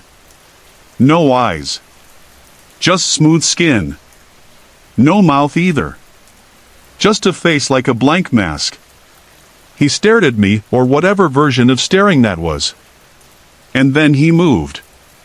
Not by walking. He just glided sideways between the stalks, fast and silent, like he was pulled by something I couldn't see. I stumbled back toward my cruiser. My hands were shaking. I got in and locked the doors. The spotlight was still shining into the cornfield, but he was gone. I sat there for maybe 5 minutes, trying to breathe. Then the radio turned on again. Only this time, it wasn't static. It was my voice. But not from tonight. It was from a call I made last week, during a routine stop. Word for word. I sat frozen as the radio played it back. And then, a new voice came through. Not mine. Not anyone I know. It whispered. "You saw me." I drove straight back to the station. Didn't file a report. Didn't say a word. I told myself it was exhaustion. Grief. Maybe I fell asleep for a second and dreamed the whole thing.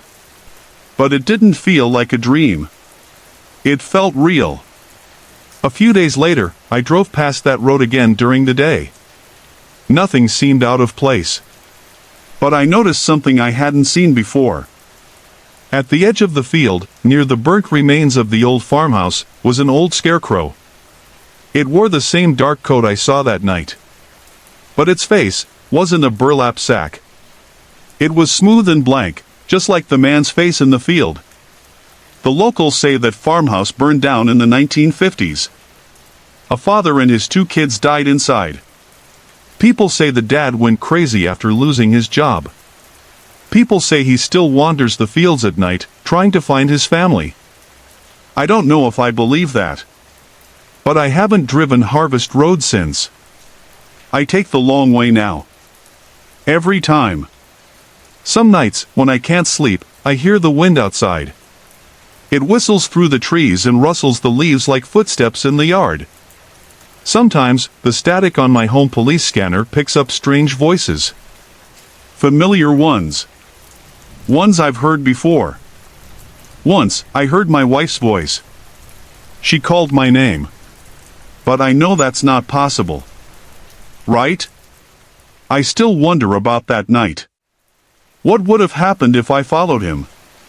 What if I hadn't noticed the way he floated?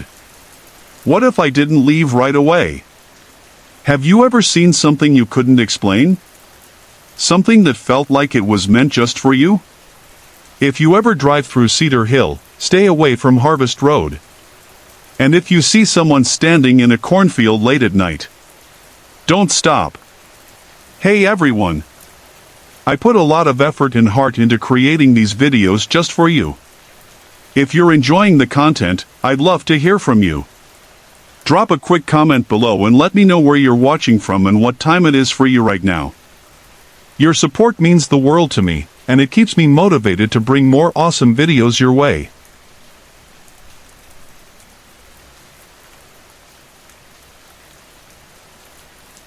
I live in a quiet town in northern Michigan. We have long winters, big pine trees, and old wooden homes that creak when the wind blows. My name is Jake. I work as a part-time security guard. Not much happens around here. But last December, something strange happened. I still think about it when I drive past the old water tower near Maple Creek. It started the week before Christmas. I had just lost my uncle. He raised me after my parents passed. So, I was alone now.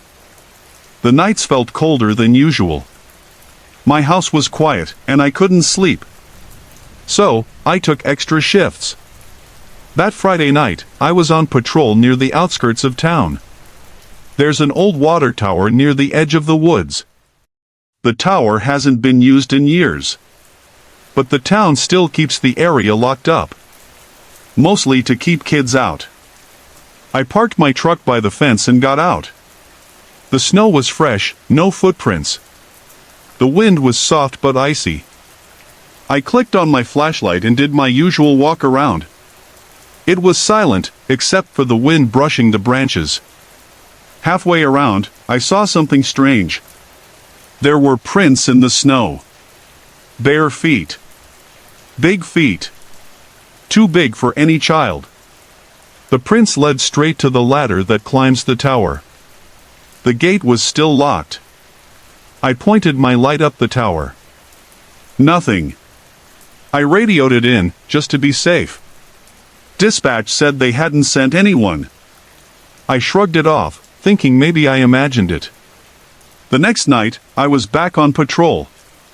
I stopped by the tower again. This time, I didn't see footprints. But I did see something else. A figure standing under the tower. Not moving. Just standing there. I froze. Hey! I called out. No response. I pointed my flashlight straight at him. But the light flickered. It had full battery, but it blinked like it was dying. The figure stayed still. I walked a little closer, but just then, the light came back on full strength, and the figure was gone. Gone, without a sound. No steps in the snow. No sign of where he went. I backed away and got in my truck. My heart was racing. I didn't sleep that night. The third night was worse. I was driving past the tower again when I saw someone up on the tower. Standing on the metal walkway, just under the tank. I pulled over fast. No one should be able to get up there. The gate was still locked. I got out and pointed my flashlight up. The figure stood still again. Tall. Broad shoulders. But no face I could make out. I blinked. The light flickered again. When it steadied, he was gone. This time, I knew I hadn't imagined it. I called it in. Another officer, Megan, came out. She walked the perimeter with me. Nothing. No footprints. No signs of a break-in. She thought I was tired. Maybe seeing things from grief. I wanted to believe that too. But then she said something that chilled me. My dad used to tell stories about that tower, she said. He said there was a man who used to live in the woods back here. Years ago. People called him Hollow Jack. They said he'd stare at the tower for hours. Then one day, he just disappeared. She laughed a little after she said it, like it was nothing. But my hands were still cold when I got home. That night, I heard tapping on my window. I live alone. My house backs up to the woods. I don't have neighbors on that side. I turned on the porch light. No one. I checked the camera I had set up outside. It had glitched. 5 minutes of static. I didn't sleep again. The next night, I didn't even go to the tower. I avoided it. But something felt wrong. Like I was being watched. Even at home. Even inside. The last time I saw him was Christmas Eve. I was off duty, driving home from buying groceries. Snow was falling heavy. The road was empty. As I turned the corner near the tower, I saw him. Standing right in the road. I slammed the brakes. He didn't move. Just stood there. Then slowly lifted one hand and pointed toward the tower. That's when every light in my truck shut off. Headlights. Dashboard. Even the heater. The figure walked off the road, back into the trees. When I turned the key again, the truck started like nothing had happened. I didn't follow him. I just went home. Locked every door. Every window. I haven't been back to the tower since. The town says it's just a story. That maybe I was seeing things. Grief does strange things to the mind, they say. But I know what I saw. Sometimes, late at night, I still hear tapping at my window. Sometimes I wake up and my porch light is turned off even when I'm sure I left it on. Maybe Hollow Jack is real. Maybe some places keep memories alive. Or maybe some memories become something else.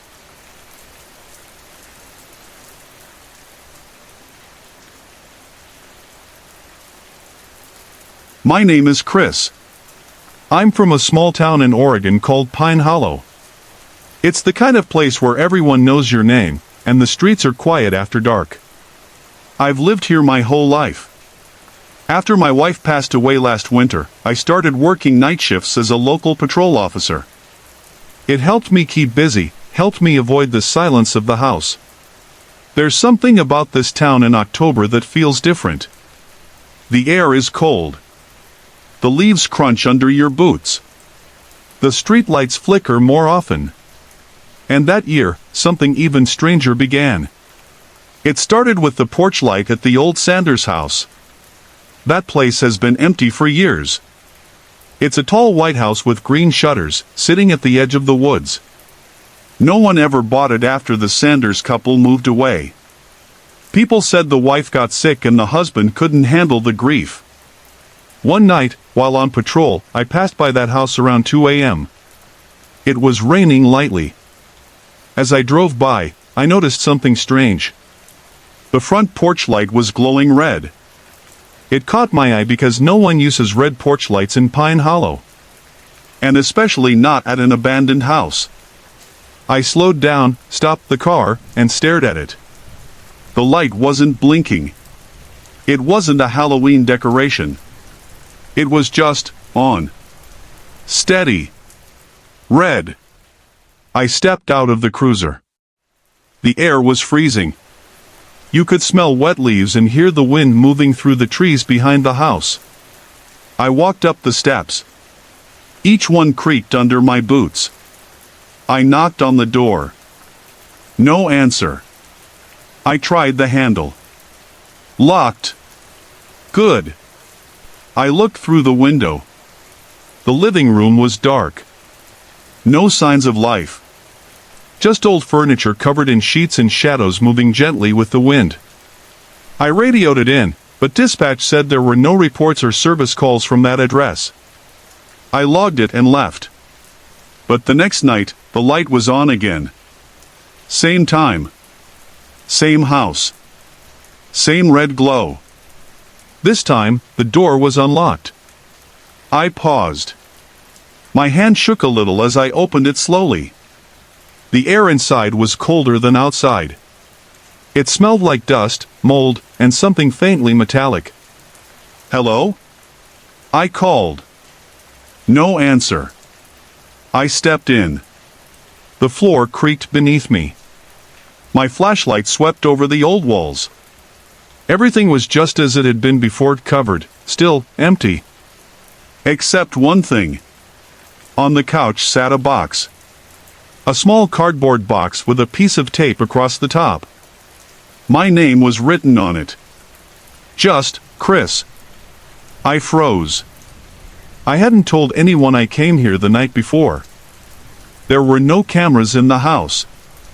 No one should know I'd even stopped by. I didn't touch the box. I backed away, heart racing, and left the house. Back in the cruiser, I tried to calm down. Told myself it was a prank. Maybe a kid from town heard I checked it out and thought it'd be funny. But deep down, I didn't believe that. The next day, I went back during daylight. The porch light was off. The door was locked again. When I peered through the window, the box was gone. I asked around town. No one had been near that house. No one had even driven past it, let alone gone inside. That night, I didn't patrol that street. But a few nights later, curiosity got the better of me.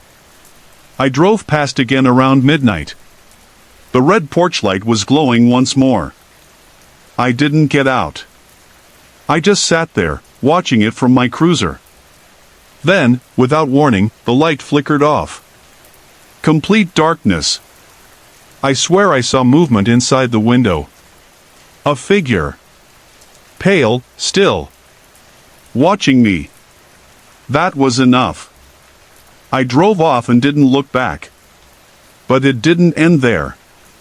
A week later, I found a small box outside my front door. Same size. Same tape. This time, it had my wife's name written on it. I brought it inside, hands shaking. I placed it on the kitchen table and stared at it for hours. Finally, I opened it. Inside was a photo. Old, black and white. It was of the Sanders house. But the porch light was already red in the photo. It was dated October 1956. There was also a note. One sentence, handwritten. You should have stayed away. I don't patrol at night anymore. I moved to day shifts. I still pass that house sometimes. The porch light isn't always on. But when it is, I don't stop. I don't knock. And I don't tell anyone about it anymore. Some lights should never be followed. Some names should never be written. Hey everyone! I put a lot of effort and heart into creating these videos just for you. If you're enjoying the content, I'd love to hear from you. Drop a quick comment below and let me know where you're watching from and what time it is for you right now.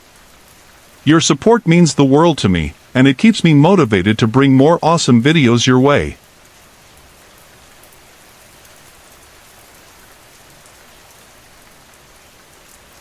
I moved to Pine Hollow last winter.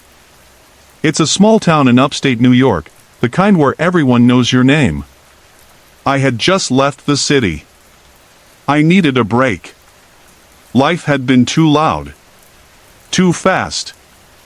After my dad passed, I couldn't sleep without the hum of a fan or the flicker of the TV. the silence made me feel watched. So I found this little rental on Maple Drive. It looked like a postcard: white picket fence, frozen garden, a porch swing that creaked when the wind blew. But something felt off. The neighbors kept to themselves. The mailman never lingered. And the house next to mine? Empty, but the porch light was always on. I thought maybe it was just small-town quirks. Still, I felt uneasy. Especially at night. It started with the radio. I found it in the attic while unpacking. Old, heavy, with a cracked dial and a smell like burned wood. I didn't think it worked. But that first night, it turned itself on. Just static. Loud and sharp. I figured it was a wiring issue, so I unplugged it and set it aside. But the next night, it came on again. Unplugged. Same sound. Static. I tossed a blanket over it and went back to bed. That's when the dreams began. I saw a boy in a red hoodie. Always standing on my porch. Head down. Motionless. I couldn't see his face. Every time I tried to open the door, I'd wake up sweating, heart racing. One night, I decided to look through the attic boxes. Maybe the radio belonged to the owners. I found an old photo album tucked beneath a yellowed newspaper. It was from the 1980s. Family shots, birthday parties, backyard swings, holidays, and ugly sweaters. But in every photo, there was that same boy. Same red hoodie. Same blank stare. Always in the background. I closed the album fast. I went outside and looked at the porch next door. The light flickered. I swear. I saw him. Just for a second. On the porch. Staring. Then gone. I tried ignoring it. But the radio kept turning on. Static at exactly 3:13 a.m. The dreams got worse. I started seeing the boy in reflections in the TV screen, the window above the sink, the frost on my windshield. One morning, I finally went to the sheriff's office. There was an old deputy named Hank. He looked like he had seen too much. When I told him where I lived, his face changed. "You're in the Miller place?" he asked. I nodded. He sighed. "That kid, Tommy Miller, went missing in 1987. Last seen on that porch. His parents left town after the search ended. No leads. Just gone." I asked if they ever found the body.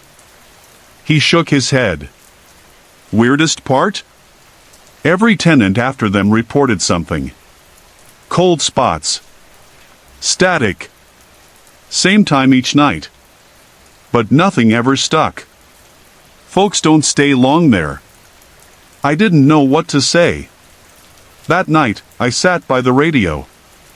I didn't sleep. I watched the clock tick past midnight. Then 1. Then 2. At exactly 3:13, the radio turned on. This time, it wasn't just static. It was a voice. Faint. Broken. Like a whisper through water.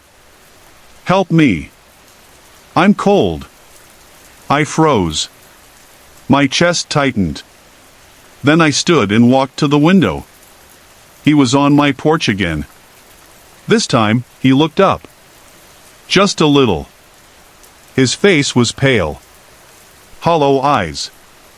Lips blue like winter ice. I opened the door slowly. The air was freezing. My breath came out in thick clouds. I stepped outside. He didn't move. Just stared. Then he whispered. He locked me in. I looked toward the empty house next door. I don't remember how I ended up in the basement. The door was open. The house was colder than outside. Dust floated in the air like ash. The floorboards creaked under my boots. I followed the voice. Down. The basement smelled like wet cement and mold.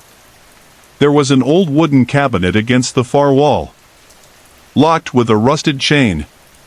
Something told me to open it. I found bolt cutters in the garage, came back and broke the chain. Inside was a small red hoodie, torn, stained, folded like someone placed it there on purpose. Underneath was a faded note. "I'm sorry. I didn't know what else to do. Dad." I stood there for a long time. After that night, the radio never turned on again. The porch light next door burned out, and the boy never came back. Sometimes I wonder if he was finally at peace, or if he just found someone else to talk to. I still live on Maple Drive. The wind still howls. The porch still creaks. But now, I always lock the basement door, just in case. My name's Officer Ben Turner. I've lived in Pine Hollow, Vermont, for most of my life. It's a quiet town, just a few thousand people, surrounded by hills and forests. Most nights are uneventful. A speeding ticket here, a noise complaint there. But last winter, something happened that I still can't explain. It was mid-January. Cold. Windy. The kind of night where even the streetlights seemed to shiver. The snow had stopped falling, but everything was still covered in a thick white blanket. I had the night shift at the station, just me and an old heater that kept making this knocking sound. Around 2:40 in the morning, the phone rang. Not the emergency line, just the regular one. I picked it up. No one answered.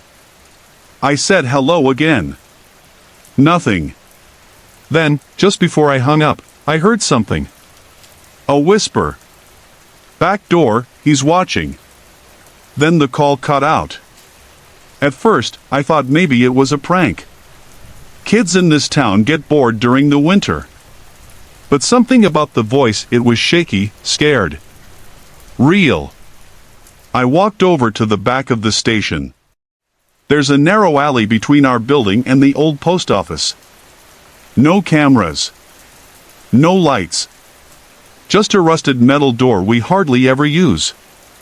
When I stepped outside, the wind hit me like a wall. I pulled my jacket tight and scanned the alley. Nothing. Then I saw it. A light. Just past the fence, deep in the woods, there was a soft, pulsing glow. Like a lantern swaying in the dark. It wasn't moving like a person holding it. It floated. Low to the ground. Steady.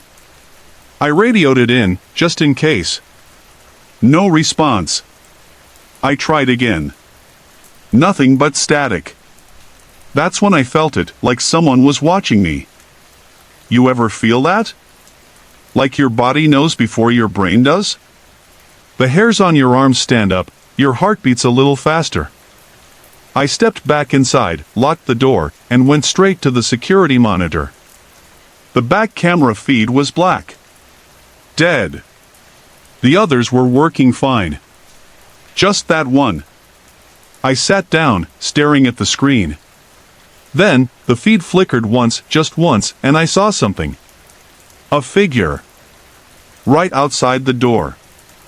Tall. Still. No face. Just a shape in the snow. It disappeared when the screen went black again. I didn't sleep that morning. When the sun came up, I checked the footage again, but the recording stopped at 2:39 a.m., a minute before the call. I filed a report. No answers. A few days later, I drove past the woods behind the station, just out of curiosity. The snow was still thick, but near the tree line, I saw tracks. Boot prints. But only going in. None coming out. I followed them until they just stopped. No sign of a struggle. No broken branches. Nothing. That's when I started hearing about the light. A woman walking her dog said she saw a glow in the trees around 3 a.m. Her dog froze, growled, and refused to move. She had to carry him home. A college kid from the next town posted on Reddit about a weird floating light while driving through Pine Hollow at night. The post got deleted. It became a whisper around town. Some folks said it was a spirit. Others said it was an old miner who died out in those woods 100 years ago. But I couldn't stop thinking about that voice on the phone. Back door, he's watching. It felt personal. One night, about a week later, I stayed late again. I told myself it was just another shift, but I knew I was hoping to see it again. At exactly 2:39, the station lights flickered. The heater knocked twice, then stopped. I didn't move. I just listened. Then came the whisper. From the hallway. Back door. I stood up. My hands were shaking. I had my flashlight in one hand, radio in the other. I walked toward the back of the building. Every step felt heavy. The air felt colder than before. When I opened the door, nothing. Just wind. Snow. Silence. But then I saw them. Footprints. Fresh ones. Right outside the door. I followed them with the flashlight. They went a few feet, then stopped. That's when I heard it. Breathing. Right behind me. I spun around, but no one was there. Only my own footprints. I backed up slowly, heart pounding. My flashlight flickered. And for a second, just a second, I saw him. The same figure from the screen. Standing at the tree line. Still. Watching. Then gone. I haven't worked a night shift since. I transferred to daytime patrol. People ask me why, and I just say I prefer the sunlight. But sometimes, I wonder what would have happened if I'd followed the light. Would I still be here? Or would I be the next whisper on the phone? Some nights, when I drive past the woods, I still see that glow. And I wonder. Sorry to interrupt. If you're enjoying the story, let me know in the comments and tell me where you're watching from. Don't forget to like and subscribe for more.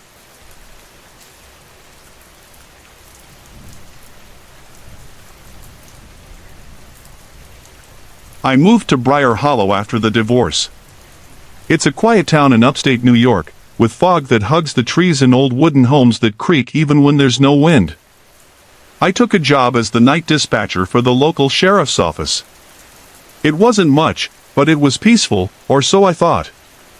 My place is just a small rental cabin near the edge of town. Pine needles crunch underfoot every time I walk outside. The porch light flickers even though I changed the bulb twice. The town's power grid is old. Everything here is old. I started working the night shift in late October. The air had a bite to it, and every night smelled like cold earth and smoke from distant fireplaces. The office was always quiet. Just me, my thermos of coffee, and the hum of the old desk radio. One night, around 2:13 a.m., I got a call. It was faint. Crackly. Like someone whispering through a broken speaker. "Can you hear me?" the voice said. I leaned forward. "Hello? This is Briar Hollow Dispatch. Do you have an emergency?" The voice repeated, softer this time. "Can you hear me?" Then, static. I hung up, thinking it was some kid messing around with a ham radio. That happens sometimes in towns like this. But the same call came in the next night. Same time. Same words. "Can you hear me?" This time I didn't answer. I just listened. The silence that followed was heavy. Like someone was on the line, breathing. I reported it to Sheriff Monroe in the morning. He laughed and said the wind probably knocked a wire loose. But the calls kept coming. Always at 2:13. Always the same question. can you hear me? One night, I answered differently. Yeah. I can hear you. Who is this? There was a pause. Then, very slowly, the voice said, you shouldn't have answered. The line went dead. That night, I didn't go home. I stayed in the office till morning. Something about the way they said it. It wasn't a prank. I started digging through old files during the day. Briar Hollow had its share of strange stories, but one caught my eye. In 1998, a man named Henry Blake used to work the same night shift I do now. He lived in the same cabin I rented. According to the file, he went missing without a trace. No forced entry. No signs of struggle. Just vanished. The last thing recorded in the logbook before he disappeared? A call.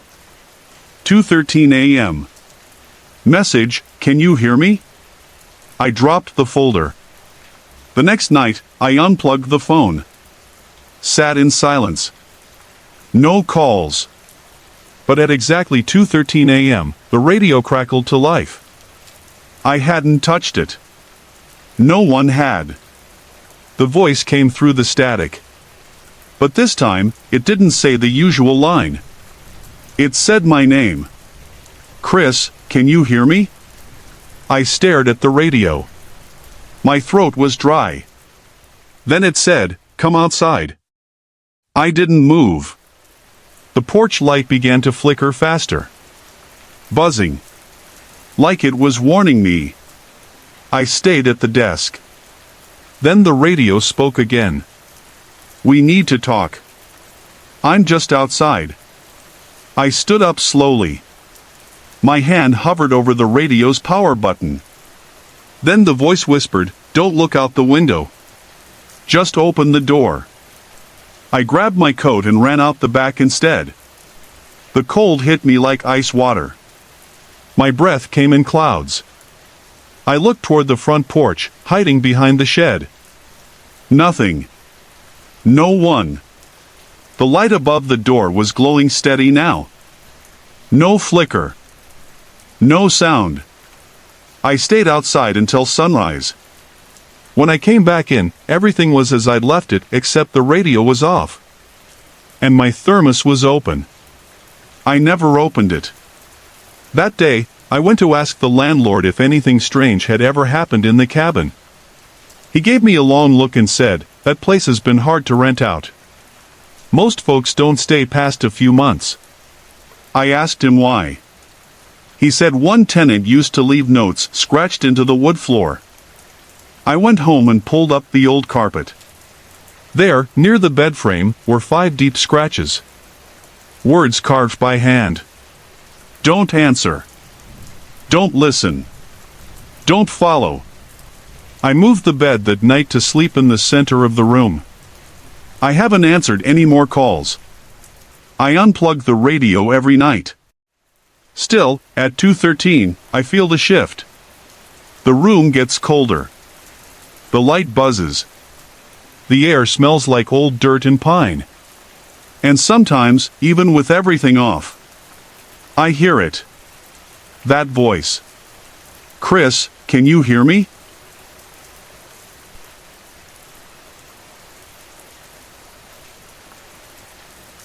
I moved to Cedar Lane after my divorce. It was a quiet road tucked behind the woods in a small town called Elmsfield. People here knew each other by name. The kind of place where mailboxes had hand-painted numbers and kids rode bikes till dark. I was looking for peace. I wasn't doing great. The divorce hit me hard. I needed space to think. To start over. The house I rented was old. 2 stories, pale blue paint peeling off the sides. There was a creaky porch and an attic I never dared open. The owner, an older man named Tom, had lived there for 50 years before moving in with his daughter. Nothing wrong with the place, he said when I asked. Just old bones. That was in October. The nights were getting colder. Leaves were falling fast, swirling down the street in little storms. There was something eerie about the neighborhood after dark. Streetlights flickered, and the wind made the trees groan. The first few nights were fine. I unpacked slowly. Set up my bedroom upstairs. Kept the TV on just to hear some sound. But on the fifth night, it started. I was lying in bed. It was just past midnight. The wind was sharp outside. I heard a knock. Not on the door. On the window. A soft tap. Then again. Tap, tap, tap. My bedroom was on the second floor. I froze. Turned off the TV. The tapping stopped. I got up, walked to the window, and looked out. Nothing. Just the trees swaying in the cold wind. I laughed a little to myself. Maybe a branch. Maybe I was just tired. But then it came again the next night. Tap, tap, tap. Same window. Same time. I opened the blinds faster this time. Still nothing. The glass wasn't dirty, but it had a strange smudge. Like someone had pressed a hand against it. I touched it. The glass was freezing. I didn't sleep well. The next day, I asked the neighbor across the road, Mrs. Langley, if she ever had raccoons or anything weird at night. She gave me a long look. Not raccoons, she said. But some of the folks who lived in that house before, they didn't stay long. I tried to laugh it off. But that night, I started locking my bedroom door. Then it got worse. 2 nights later, the tapping didn't stop after a few knocks. It went on for nearly 10 minutes. Tap, tap, tap. I couldn't bring myself to look out. I just sat in bed, clutching the blanket like a child. Then I heard something new. Whispers. Not clear words, but something low and scratchy, like a voice dragged across gravel. It was coming from the window. I finally stood up and pulled the blinds. Still nothing there. But the smudge was back. This time, not one hand. 2. Like someone had pressed their face and palms against the glass, staring in. I didn't sleep at all that night. The next morning, I found muddy footprints on the porch. They led around the side of the house and stopped beneath my bedroom window. I called the local police. A young officer named Chris came by. He looked around, wrote things down, but didn't seem too worried. Could be a prank, he said. We've had some kids messing around lately. He said he'd patrol the street a bit more over the next few nights. I tried to believe him. But deep down, I knew this wasn't a kid. That night, I turned off all the lights. Sat in the living room with a baseball bat. Waited. At exactly 12:03 a.m., I heard it again. Tap, tap, tap. Not upstairs. Downstairs. The kitchen window. I stood up, slowly. Walked toward it. The tapping stopped as I got close. I took a breath and looked out.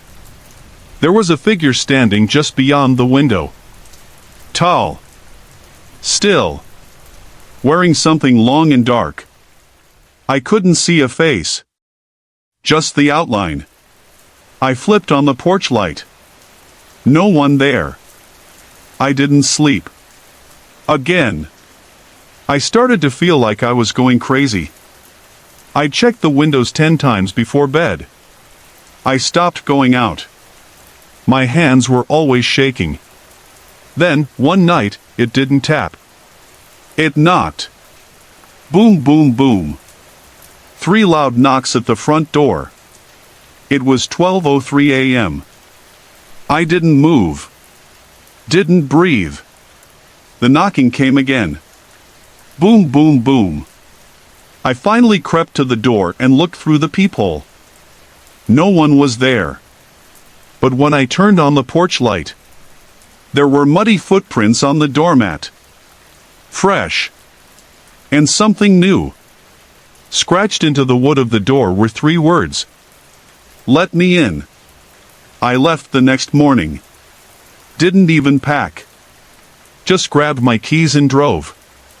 I stayed at a motel an hour away for a week before going back during the day with a friend to get my stuff. I told Tom I wouldn't be renewing the lease. He didn't ask why.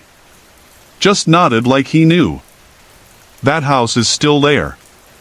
Still standing. But I always wonder, what would have happened if I had opened the door? Have you ever heard knocking at night when no one should be there? What would you do? The town of Maple Hollow was small. Just under 2,000 people. Tucked between pine trees and rolling hills, it looked peaceful.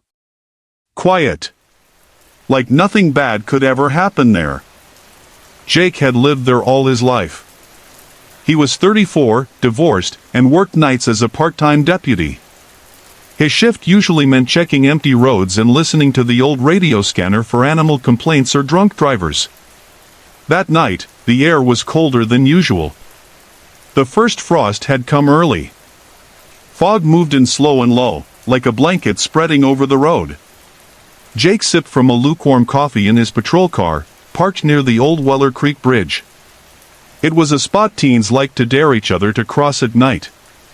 There were stories. Local kids whispered that the creek was haunted. That a little girl had drowned there years ago. Jake never believed in ghost stories. But that night, something felt off. He turned down the heat and opened the window. Just a bit. The air smelled like wet leaves and something else. Almost like old metal. Faint. But there. Then came the sound. A soft splash. He looked toward the creek. Nothing. Just fog in the faint shape of the wooden bridge. Another splash. Closer this time. He grabbed his flashlight and stepped out of the car. The gravel crunched under his boots. He scanned the trees, then the creek. The light caught something in the water. A girl. She was standing knee-deep in the creek. Pale skin. Wet black hair covering her face. She wore what looked like an old dress. The fabric floated around her like smoke in the water. Jake felt his breath freeze in his chest. "Hey! You okay?" he called. She didn't answer. She just stood there, still, like a statue. The water rippled gently around her. He took a cautious step forward. "It's cold out here. You need help?" Slowly, the girl raised her head. Her face was wrong. It wasn't twisted or bloody. Just wrong. Too blank. Too still. Her eyes were open, but empty. Like she wasn't really there. Jake's fingers tightened around the flashlight. The girl opened her mouth. But instead of words, there was a sound. A strange, gurgling whisper, like something trying to speak underwater. Then she disappeared. One blink, and she was gone. The water was calm again. Jake ran down the slope to the creek's edge. He pointed the light everywhere. Nothing. Not a single ripple. The grass wasn't even flattened. Like she'd never been there at all. He backed away and got into the car, locking the doors. The rest of the night was a blur. No calls came in. No other cars passed. Just fog and silence. Jake stayed in the car until the sky started turning gray. When his shift ended, he didn't go straight home. He drove to the library instead. He remembered something the town clerk once said about an old accident in the 90s. The local paper archives were dusty and slow to load, but eventually he found it. Local girl drowns in Weller Creek. Emily Rourke, age 9. The article said she'd wandered off during a family picnic and slipped in. They didn't find her body for 2 days. Jake stared at the photo. It was grainy, black and white. But it was her. The same long black hair. The same pale face. He felt sick. That night, Jake didn't take his shift. He stayed home. Locked the doors. Closed all the blinds. But he couldn't sleep. Around 3 a.m., his phone buzzed. One text. From a number he didn't know. "Who are you?" His stomach dropped. He didn't answer. Then another message. "I don't know you." The screen flickered. For a second, the wallpaper changed. It wasn't his usual photo anymore. It was the creek. That same foggy creek from the night before. And standing in the center was the girl. He dropped the phone. The lights in the house dimmed. Not off. Just lower. Like someone was slowly turning a dial. Jake stood frozen in the hallway, watching the light bulbs flicker. Then came the knock. Soft. Barely there. He didn't want to answer. But something made him look. Through the peephole, there was no one. He opened the door slowly. And there she was. Standing on the edge of the porch. Barefoot. Soaking wet. That same dress clinging to her body. She didn't move. Just stared. Jake whispered, "What do you want?" She tilted her head. Water dripped from her hands. She took one step forward, then vanished. Just like before. The porch was dry. The street was quiet. Jake never told anyone what happened. Not even the other deputies. But some nights, especially when the fog rolls in, he still gets those messages. "Who are you?" "I don't know you." And every now and then, when he drives past Weller Creek, he sees the swing of a small figure in the fog. Standing in the water. Watching.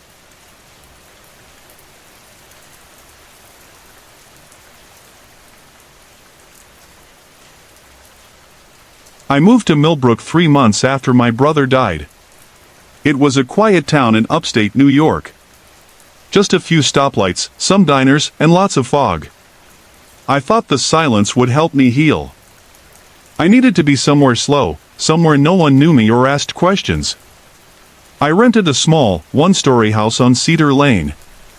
It had wood floors, old wallpaper, and a front porch that creaked when you stepped on it. The place smelled like cedar and dust. It reminded me of my grandpa's cabin. Most nights, I just sat on the porch with a cup of coffee. I listened to the wind and watched the streetlight flicker at the corner. Sometimes it buzzed. Sometimes it went out for a second, then came back. It always made me feel like someone was nearby, just outside the light. At first, I thought it was just the wind. Then I started seeing things. The first time, I thought it was my mind playing tricks. I'd been looking at my phone too much, scrolling through old photos, feeling too many things at once. But I saw it. A man. He was standing at the edge of the light under the street lamp. Still. Just watching. He wasn't tall, but he was dressed in dark clothes. I couldn't see his face. Just the outline. I blinked, and he was gone. I laughed it off. I told myself it was my grief. Lack of sleep. Maybe the fog. But the next night, he was there again. Same spot. Same time. Just before midnight. I turned my porch light on and walked out toward the sidewalk, but when I got close to the street, there was nothing there. No footsteps. No shadow. Just the quiet crackle of the street lamp above. I didn't sleep much that night. I started locking my doors. Closing all the curtains. I stopped sitting on the porch.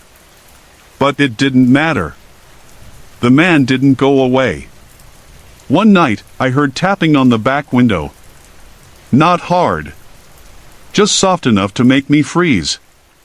I walked slowly to the kitchen and looked out. Nothing. But there were smudges on the glass. Fingerprints. 5 long prints, like someone pressed their whole hand against it. I called the sheriff's office the next day. A young deputy came by. His name was Ben. He was kind and didn't treat me like I was crazy. He checked around the house but didn't find anything. Could be a drifter, he said. Or just your imagination. This town gets real quiet at night.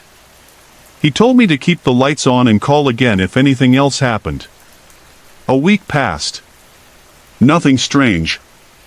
I thought maybe it was over. Maybe I really had imagined it all. Then one night, I got a message on my phone. No caller ID. Just a text. Why did you move here? I felt cold. My hands started shaking. I replied, who is this? No answer. That same night, the power went out. I lit a candle and sat in the living room. The silence was heavy. The kind that presses down on your chest. Then I heard it. The porch steps. Slowly. One by one. Creak. Creak. Creak. I didn't move. I just stared at the door. There was a knock. Soft. 3 times. I didn't answer. I wanted to believe it was a prank. A neighbor messing with the new guy. But deep down, I knew it wasn't. I stayed up all night with a kitchen knife in my hand. The next morning, there were muddy footprints on the porch. Bare feet. Too long. Too narrow. I showed the photos to Deputy Ben. He came back out and looked at them closely. He was quiet for a moment. Then he said, "You ever hear about the Watcher?" I shook my head. Old story. Town legend. Some folks say there's something that follows people who carry grief. Shows up when you're most alone. Watches from the edges. Doesn't always hurt you. Sometimes it just stays. Like it's feeding off your sadness. I didn't laugh. Not this time. Because part of me believed him. Ben offered to have a patrol car pass by every night. I said thanks, but I knew it wouldn't matter. Some things don't care about locks or laws. Now, I don't look out the window after dark. I keep the curtains shut. But I still feel him. Watching. Waiting. He never comes inside. But I know he could. I think he's still waiting for something. Or maybe he's waiting for me to break. Sorry to interrupt. If you're enjoying the story, let me know in the comments and tell me where you're watching from. Don't forget to like and subscribe for more.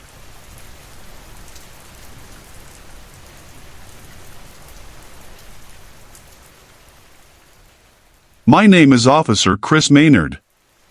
I used to work the night shift in a small town called Hollow Pine, nestled somewhere between the Oregon mountains and too many forgotten roads. We didn't have much crime. A few noise complaints, the usual bar fights. But nothing that ever kept me up at night. That changed in November 2021. It started with a light. There's an old house on the edge of Hollow Pine Road. People say it used to be a lodge back in the 1950s, but it's been empty for as long as I can remember. Windows boarded up.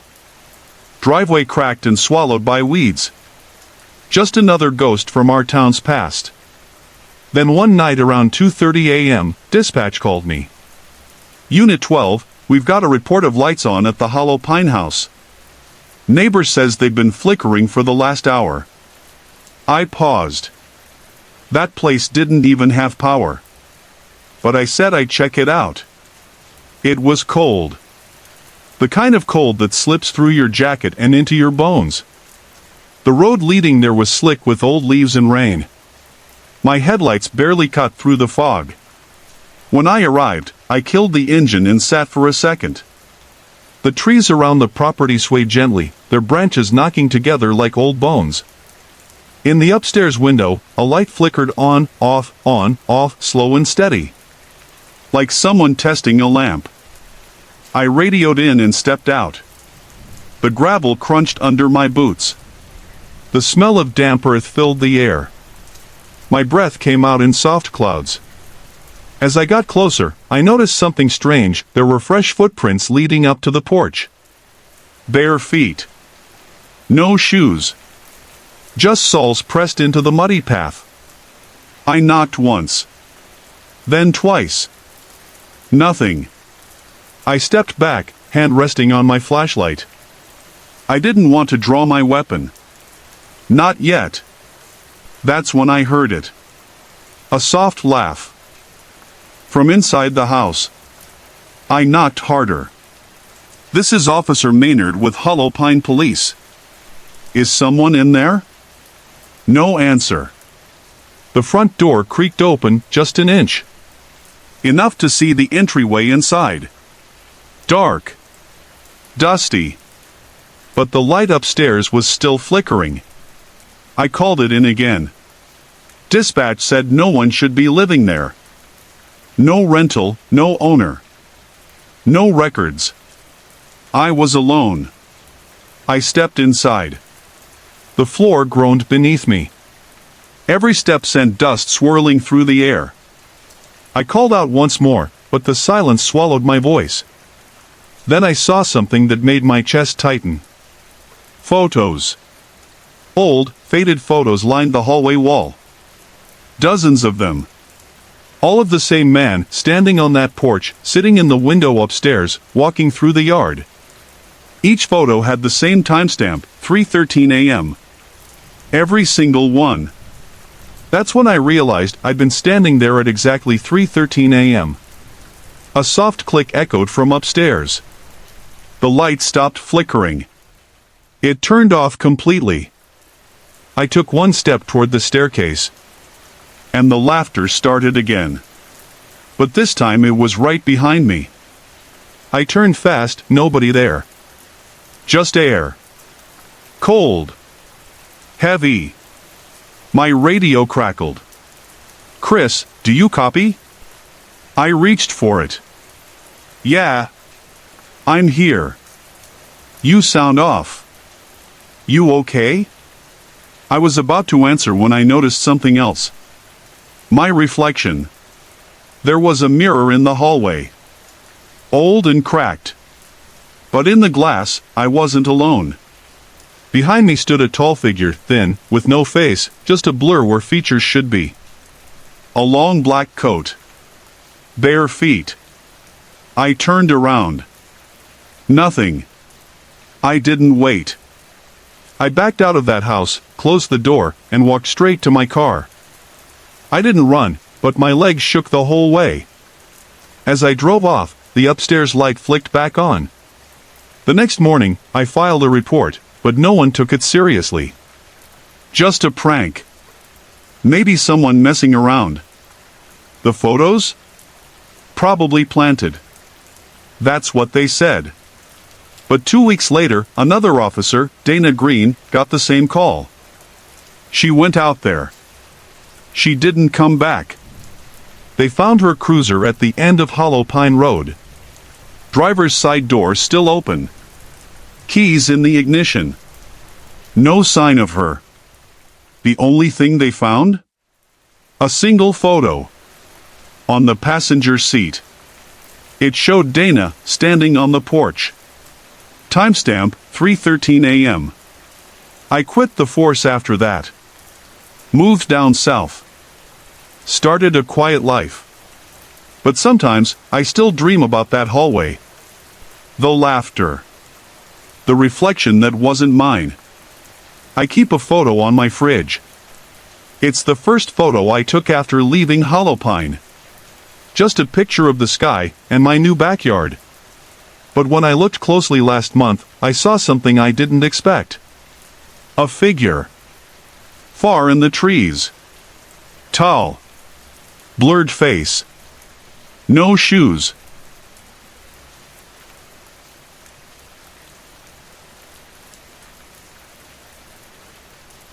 It was a cold November night in Maple Hollow, a quiet town tucked between thick woods and winding roads.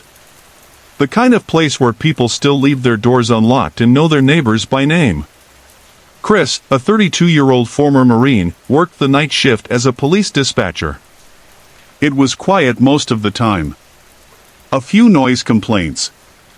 The occasional raccoon breaking into a trash can.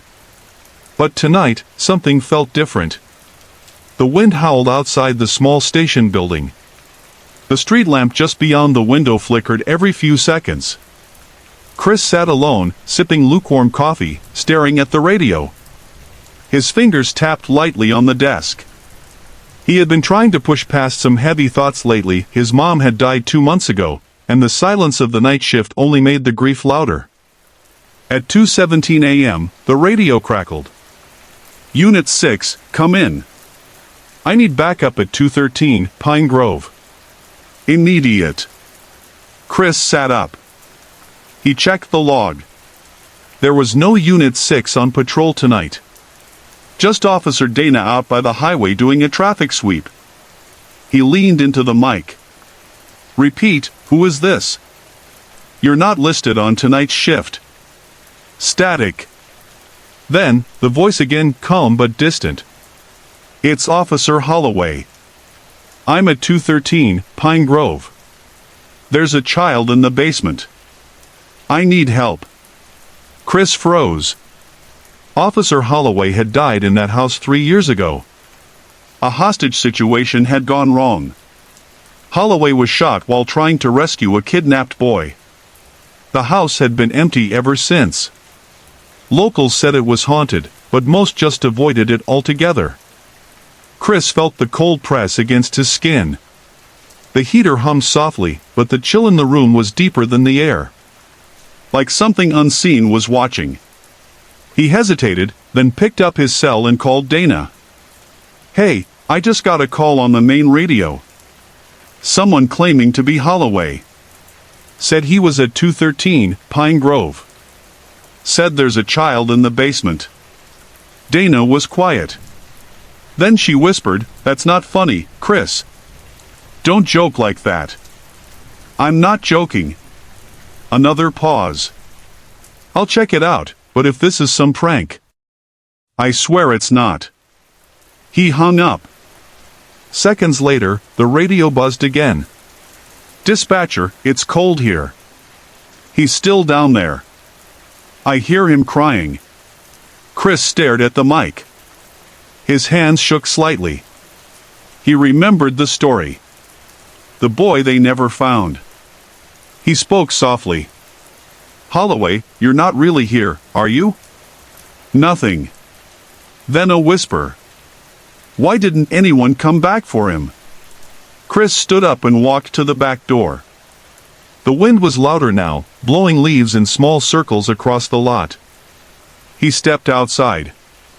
The trees groaned in the wind, branches creaking like old bones. He looked toward the edge of town. From the top of the hill, you could just barely see the old house on Pine Grove. Even at night, its outline was clear. A dark shape against the gray sky. Suddenly, his radio screeched. "He's here. I can't hold him back much longer. Please." Chris ran back inside. His heart pounded. He called Dana again. No answer. He tried again. Still nothing. Then another voice on the radio. This time it was Dana. "Chris, there's no one here. The house is boarded up. No sign of entry. But the basement door is open. I swear I just heard crying." Chris didn't respond.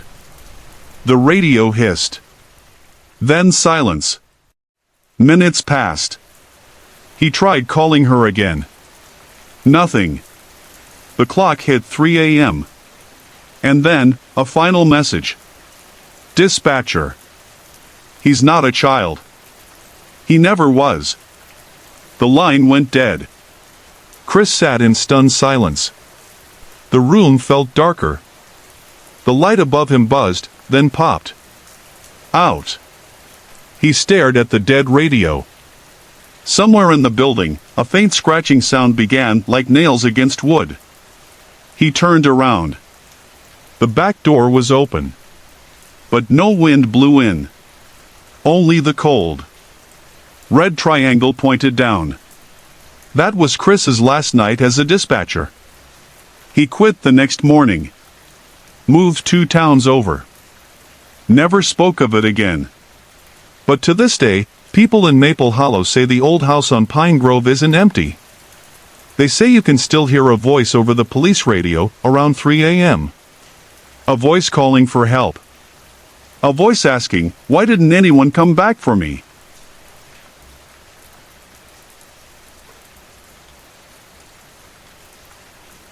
I moved back to my childhood home after Dad died.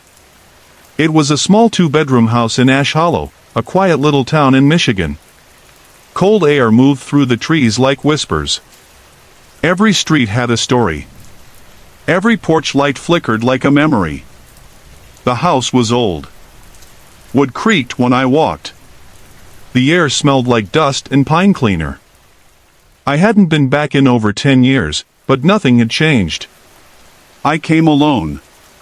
My sister lives in Oregon now. She didn't want anything from the house.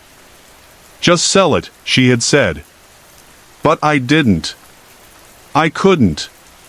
Dad had left it to both of us. It didn't feel right to let it go without spending at least one winter here. He died in the attic. Heart attack. That's what they said. He'd been acting strange toward the end. Talking about hearing things. Footsteps at night. Whispers in the vents. My sister said it was just loneliness. I agreed back then. I'm not sure I do anymore. The attic door was one of those pull-down kinds, with a rope handle. I hadn't gone up there yet. I slept in my old room. Dad's room was empty, except for the dresser and his Bible. Nights in Ash Hollow were different. Quiet but heavy. Like the silence had weight. It started on the 4th night. I was in bed, scrolling my phone, trying to distract myself. A sharp thump echoed above me. Not like something falling, more like something moving. I paused, listening. Another thump. My stomach tightened. I stared at the ceiling. Then, nothing. I told myself it was just old wood shifting in the cold. That's what I told myself. But it happened again the next night. And the one after that. On the 6th night, I grabbed a flashlight and pulled down the attic ladder. Dust fell like snow. The air up there was colder, sharper.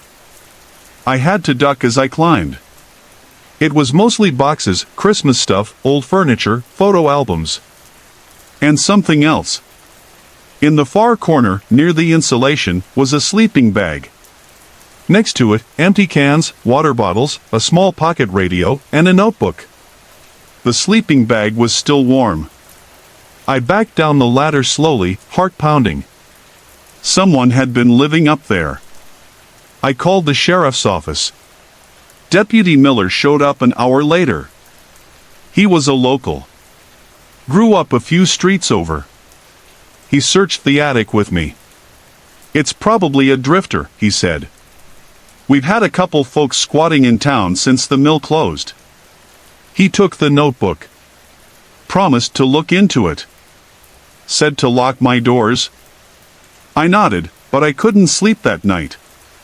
The idea of someone being above me for days, maybe weeks, without me knowing made my skin crawl.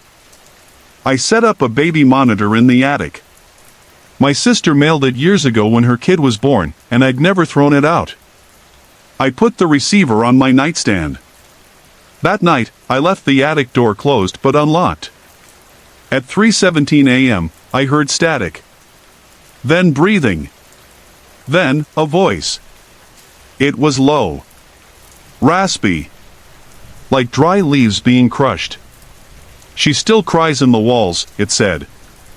I sat up, frozen. Then laughter. Light, almost childlike. And then, nothing. I didn't sleep. At dawn, I played the tape for Deputy Miller. He didn't laugh. That voice, it sounds like something I heard before, he said. Years ago. Back when I was a rookie. He didn't say more. Just took the recording and left. 2 nights later, I heard footsteps in the hallway. Slow. Barefoot. I opened my door and looked out. The hallway was empty. But the attic rope was swaying. I didn't go up. Not that night. Not the next. A week passed. Then the sheriff came to the house. Not Miller, Sheriff Dalton himself. He had the notebook. You should see this, he said. Inside were pages of writing, crude, messy, like someone had scrawled them in a rush. Most of it made no sense. Scribbles. Repeated lines. But one page stood out. It read, "She whispers from the vents. He watches from the attic. They live between the walls. If you hear the stairs creak after midnight, don't answer. If you do, you become one of them." Sheriff Dalton looked pale. "This matches some stuff we found years ago," he said. "Different house. Same handwriting. That house burned down. That night, I locked the attic. Nailed it shut. But the next morning, the nails were on the floor. The ladder was down. And in the kitchen, the notebook. It was open to a new page. My name was written on it. Over and over. My full name. I'm leaving Ash Hollow tomorrow. I don't care about the house. Let it rot. Let them keep it. I grew up in a quiet town called Maplewood, a place where everyone knows your name, and nothing much ever happens. But last fall, something changed. I still think about it sometimes when the wind blows cold and the leaves start to fall. My name is Megan, and I work as a librarian in our small town library. I moved back after college to take care of my dad, who's been sick. It's been hard losing my mom a few years ago and now watching my dad get worse. The nights are long and quiet, and sometimes I feel very alone. One chilly October evening, I was closing up the library. The wind was cold, pushing through the cracks of the old wooden building. The streetlights outside flickered as if struggling to stay alive. I wrapped my scarf tighter around my neck and turned off the lights. As I stepped outside, I smelled the wet earth and fallen leaves. The quiet was so deep it almost felt like the world was holding its breath. I locked the door behind me and started walking home through the foggy streets. The fog was thick, swallowing the street signs and the old houses. I could barely see the outlines of trees in the park. My phone buzzed. It was a message from my friend, Jake, asking if I wanted to meet for coffee tomorrow. I smiled at the thought but felt a little shiver run down my spine. Something felt off tonight. Halfway home, I took a shortcut through the old Miller Farm Road. It's a lonely place now, abandoned for years, but it's faster. The house there is falling apart, with windows boarded up and the porch creaking when the wind blows. I could hear the leaves rustling, like whispers in the dark. Suddenly, my phone died. The screen went black with a soft beep. I cursed softly. No signal out here anyway. I tried to turn it back on but nothing. I was alone, with no light, in the cold, near that old farm. That's when I heard it. A soft tapping sound. Like someone was knocking on the window of the broken house. I stopped and held my breath. The tapping came again, slow and steady. I told myself it was just the wind, or maybe a branch. But then, out of the corner of my eye, I saw a shadow move inside the dark house. It was quick, like a flicker. My heart started pounding. I wanted to run, but my feet felt stuck. I looked closer and saw the shadow again, this time near the window. It looked like a person, but blurry, almost like smoke. I took a step back and heard a whisper on the wind, soft and low, saying my name. Megan! Megan! I spun around, but no one was there. The fog thickened, and I felt the cold wrap around me like a heavy blanket. I kept walking, faster now, trying not to look back. When I finally got home, I locked the door and leaned against it, breathing hard. My phone suddenly lit up with a message from an unknown number. It said, "Don't come back." I froze. The next few nights were strange. My phone would turn on by itself, showing static and strange images. Sometimes I'd hear footsteps outside my window, but when I looked, no one was there. My dad said it was just my mind playing tricks. Maybe he was right. Or maybe the farm had never really let go of me. One night, I stayed awake, watching the street through my window. The wind howled outside, rattling the old house. I saw a shadow figure standing at the edge of the yard. It didn't move, just watched. I asked out loud, "What do you want?" The figure disappeared like smoke in the wind. I've been trying to ignore it since. But sometimes, when the night is cold and the fog rolls in, I feel that quiet tapping again. And I wonder, what if the farm is still waiting for me? Have you ever felt watched by something you couldn't see? Or heard a voice calling your name in the dark? What do you think happens when a place doesn't want you to leave? Sorry to interrupt. If you're enjoying the story, let me know in the comments and tell me where you're watching from. Don't forget to like and subscribe for more.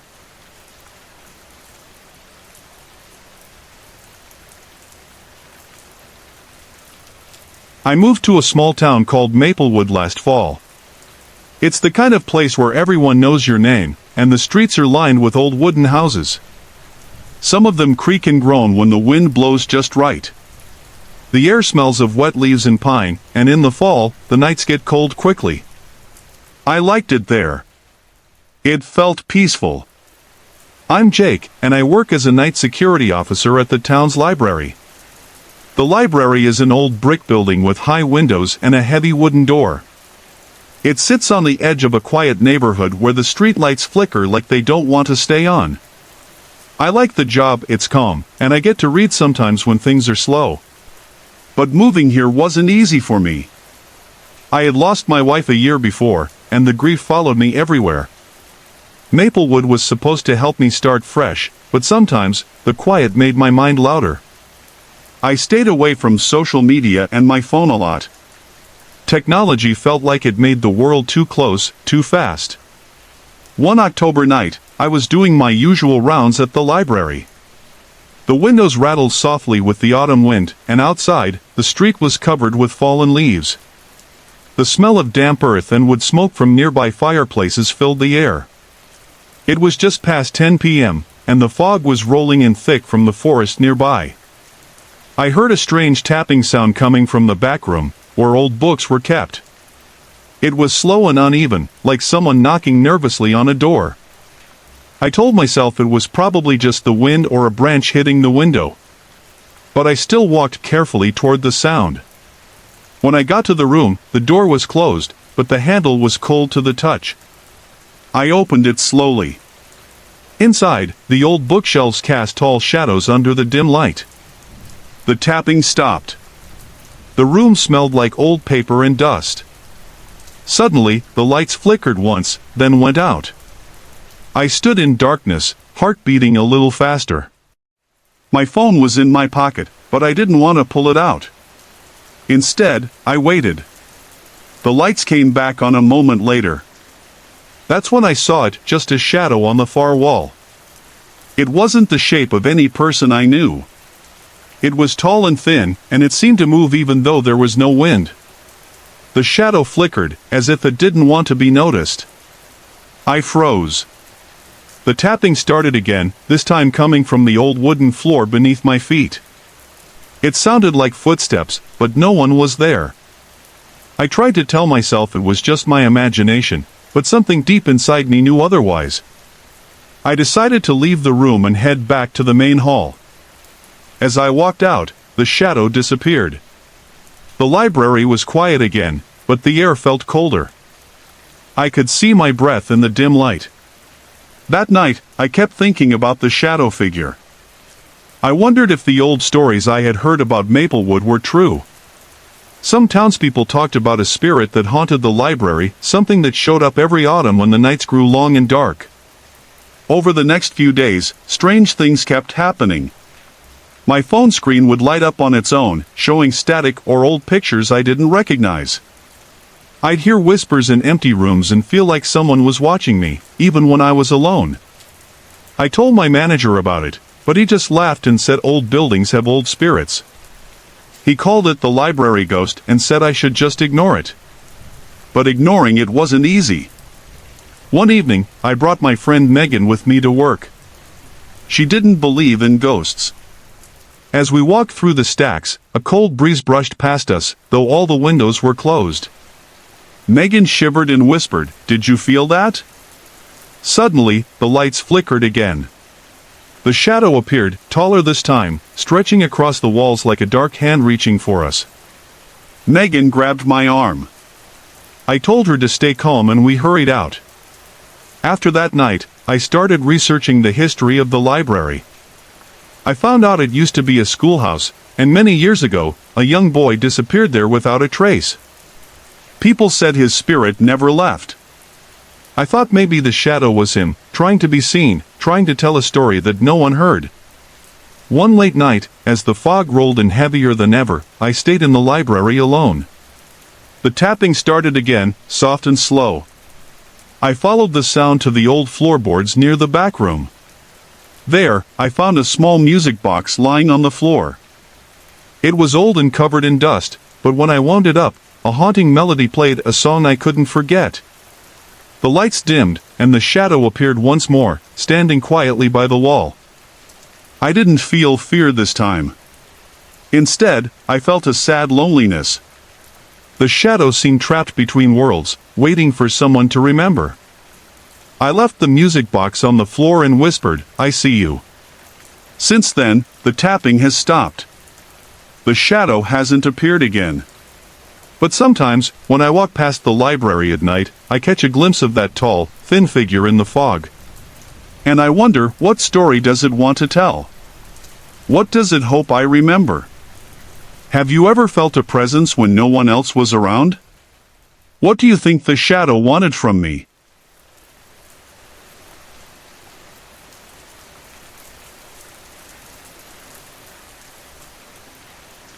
It was late October in the small town of Miller's Creek.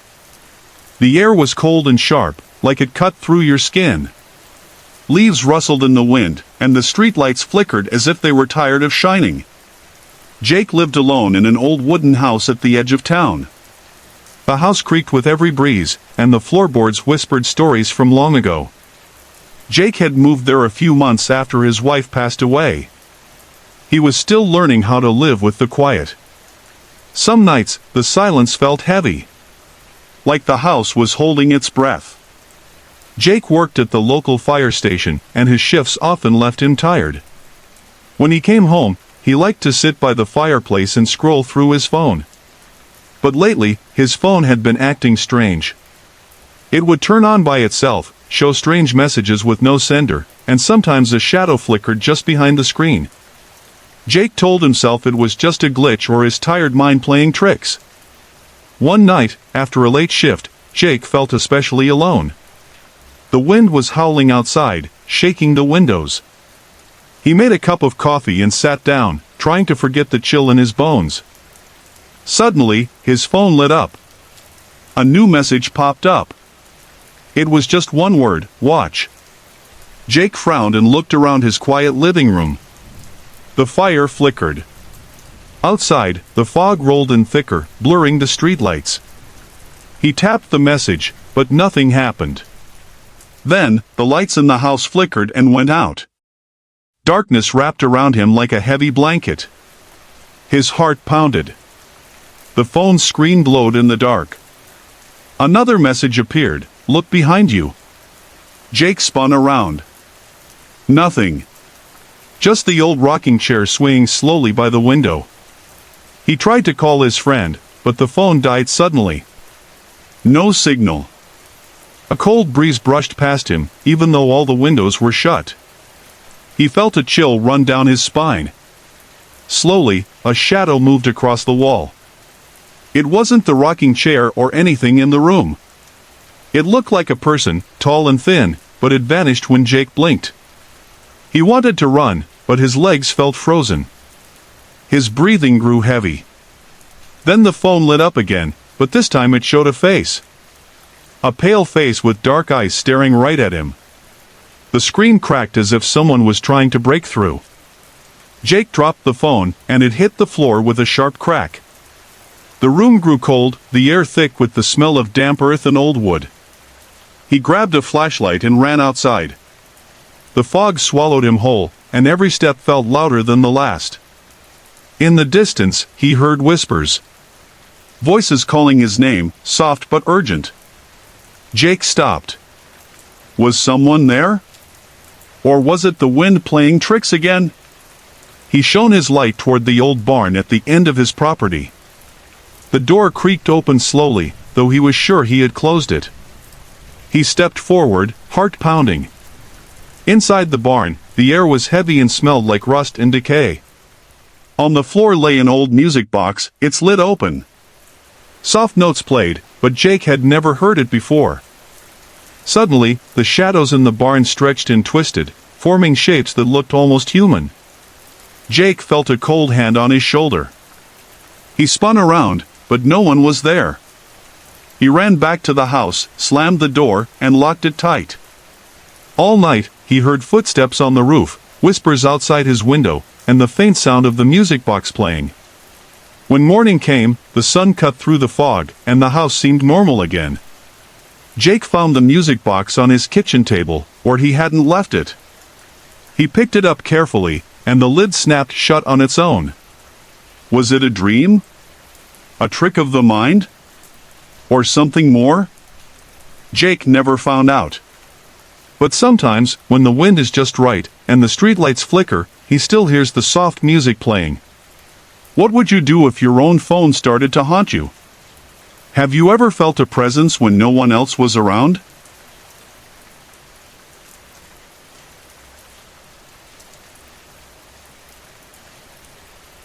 The small town of Maplewood was quiet most nights. Cold winds would whistle through the trees, making the old wooden houses creak. It was late October, just before Halloween. The leaves on the ground were dry and crackled underfoot.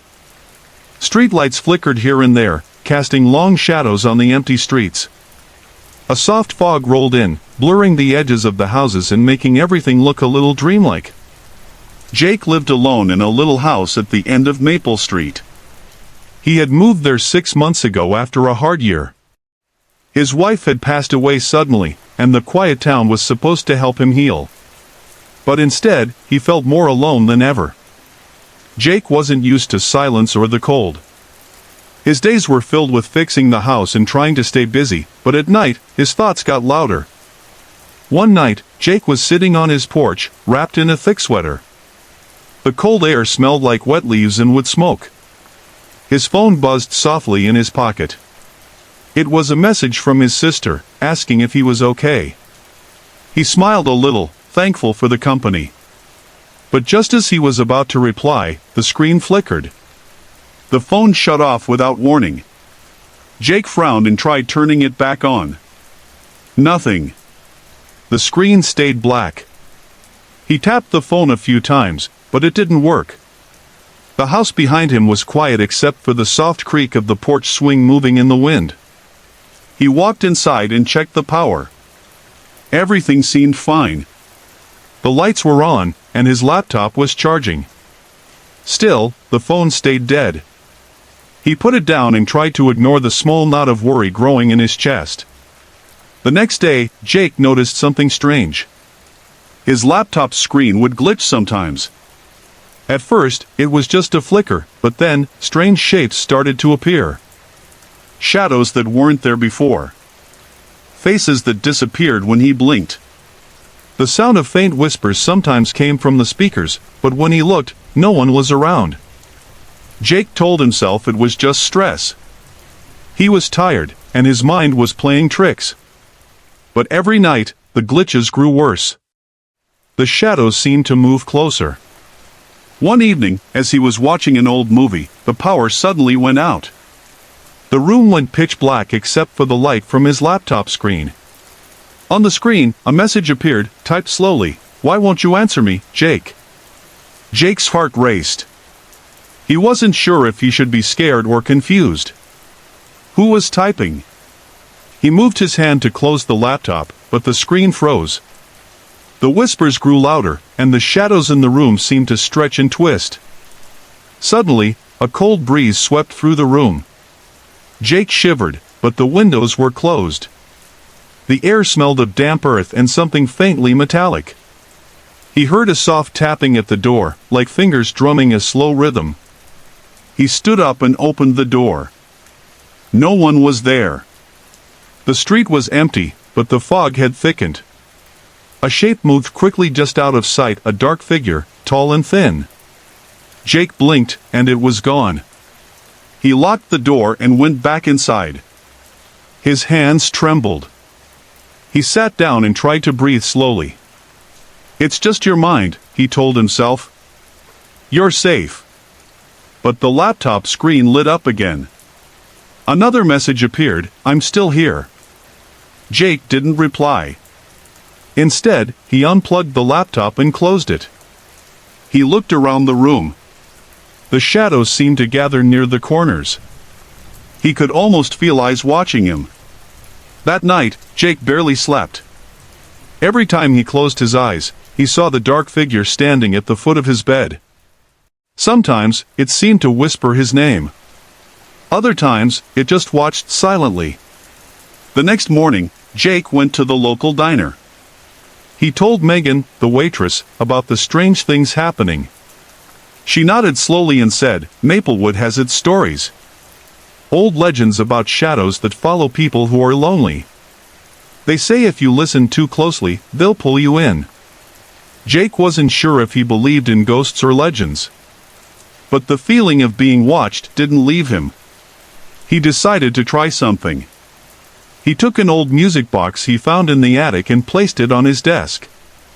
It was dusty and scratched, but when he wound it up, it played a soft, slow tune. That night, the whispers started again.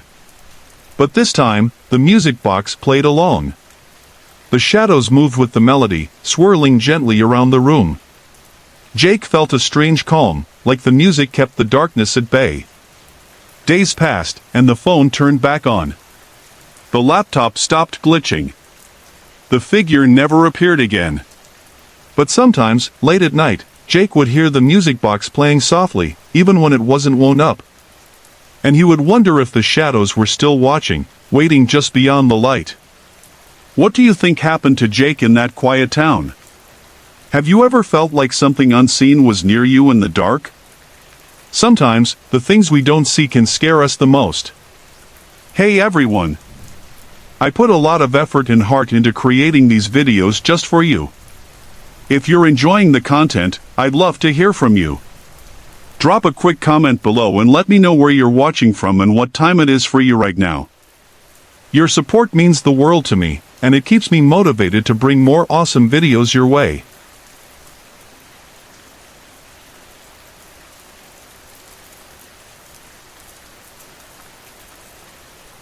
I live in a small town called Maplewood.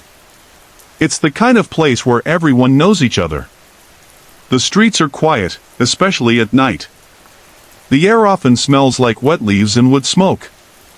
There are old houses with creaky floors and flickering porch lights. Autumn was settling in, and the wind was cold that evening. My name is Megan. I'm 17, and lately, life has been hard. My dad passed away last winter.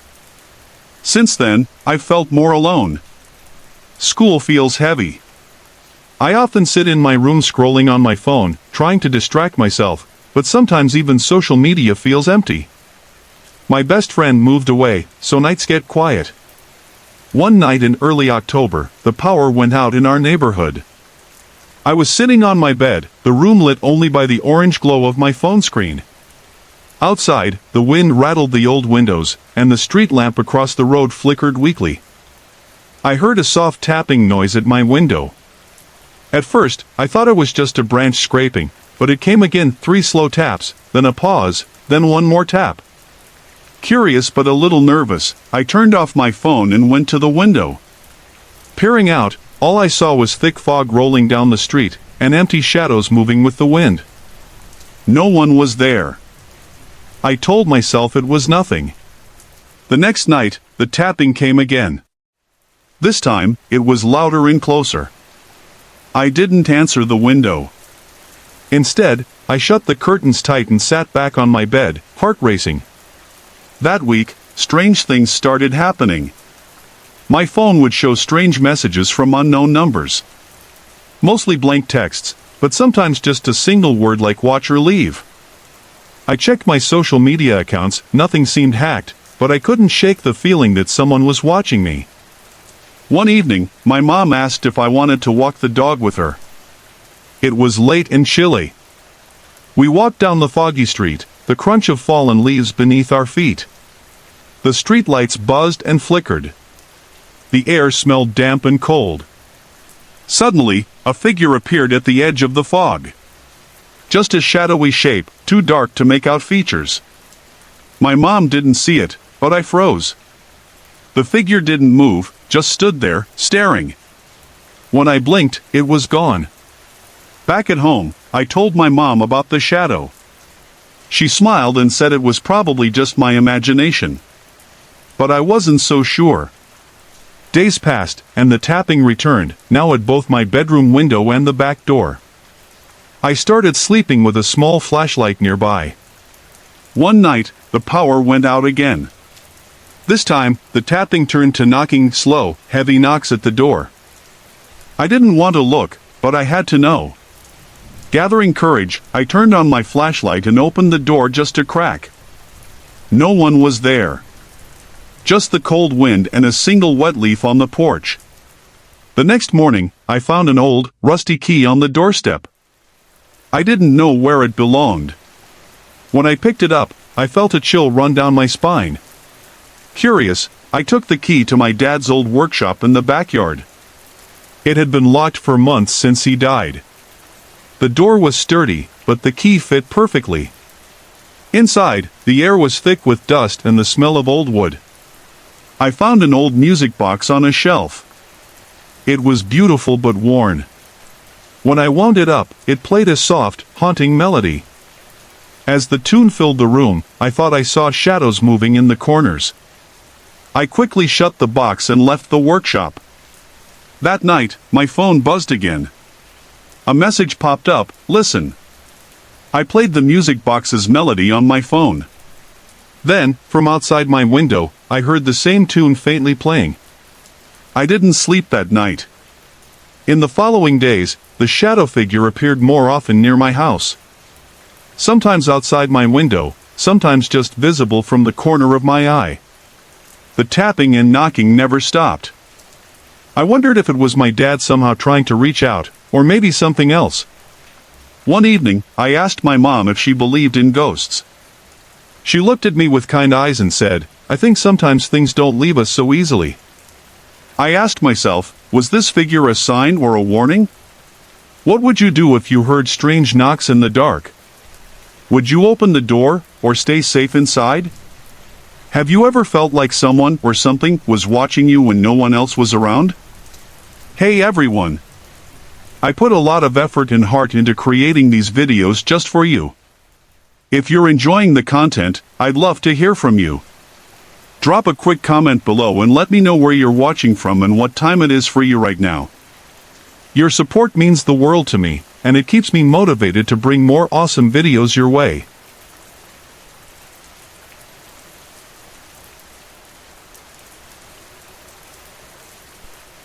The small town of Maplewood was the kind of place where everyone knew your name. It had quiet streets, old wooden houses, and a thick forest just beyond the last row of homes. I had moved there after losing my job in the city. It was supposed to be a fresh start, a chance to heal. My name is Megan, and I live alone in a creaky house at the edge of town. The house was old, with boards that sighed in the wind and windows that rattled during storms. At night, the streetlights flickered, casting long shadows across the foggy roads. Since moving, I felt a strange mix of calm and unease. The quiet was soothing but sometimes too quiet. The cold autumn winds brought a smell of damp leaves and wood smoke that clung to the air. It reminded me of the life I had left behind, a life filled with noise and chaos. I was still struggling with the loss of my brother. He had died in a car accident a few months before I moved here. Grief had settled deep in my chest, and loneliness followed me like a shadow. I spent many nights scrolling through my phone, looking for a connection I couldn't find. One evening, as Halloween approached, I noticed my phone acting strangely. The screen would flicker, showing brief flashes of a dark figure standing behind me, or so it seemed. I told myself it was just a glitch, or maybe my mind playing tricks on me. But then strange things started happening around the house. Doors I was sure I closed would be slightly open the next morning. Lights flickered even when the bulbs were new. I heard soft footsteps in the hallway late at night, but when I checked, no one was there. At first, I blamed stress and the quiet. Maybe my mind was unraveling, haunted by memories and loss. I even thought about telling my therapist. But part of me feared that what I was experiencing was something else, something that didn't belong to this world. One cold night, as the wind howled outside, I sat by the window, watching the fog roll over the empty streets. My phone buzzed with a message from an unknown number. It said only, "I'm here." My heart raced. I looked behind me, but the room was empty. The shadows in the corners seemed to grow darker, like they were watching. The air grew heavy, and a chill ran down my spine. I wanted to call someone, anyone, but my hands trembled. The phone screen flickered again, and I saw that same dark figure staring back at me, just for a second. Then it was gone. Days passed, and the strange events grew worse. Objects moved on their own, a picture frame fell, shattered on the floor. The old clock chimed at odd hours. I began to feel watched, like eyes followed me wherever I went. One night, I woke to the sound of whispering. Soft voices floated through the house, just beyond hearing. I tried to tell myself it was the wind, but the voices sounded like they were calling my name. I mustered courage and followed the sound to the basement door. It was old and creaked open by itself. I hesitated, then slowly stepped down the stairs. The air was cold and damp, smelling of earth and forgotten things. In the faint glow of my flashlight, I saw scratches on the walls, strange symbols etched deep into the wood. A sudden gust blew out the light, and I was plunged into darkness. My heart pounded as I fumbled to turn it back on. When the light returned, the basement was empty, but for a shadow standing at the far end. It didn't move, just watched me. I blinked, and it was gone. I ran upstairs and locked every door. Sleep was impossible. The next day, I found an old diary tucked behind a loose floorboard. It belonged to a woman who lived there 100 years ago. She wrote about a shadow that haunted her family, a darkness that followed them through generations. I don't know if what I'm facing is the same, but the feeling of being trapped never left. Sometimes, when the lights flicker, I swear I hear footsteps behind me. And when I check, there's nothing but cold air. What do you think is really here with me? Have you ever felt watched, even when you were alone? Sometimes I wonder if some places hold memories that never fade, or if some losses leave openings for things we can't explain. The nights grow longer, and the shadows deeper. I don't know how long I can keep fighting whatever this is. But for now, I keep my phone close, my doors locked, and my eyes open. Because sometimes, the darkest shadows are the ones we can't see.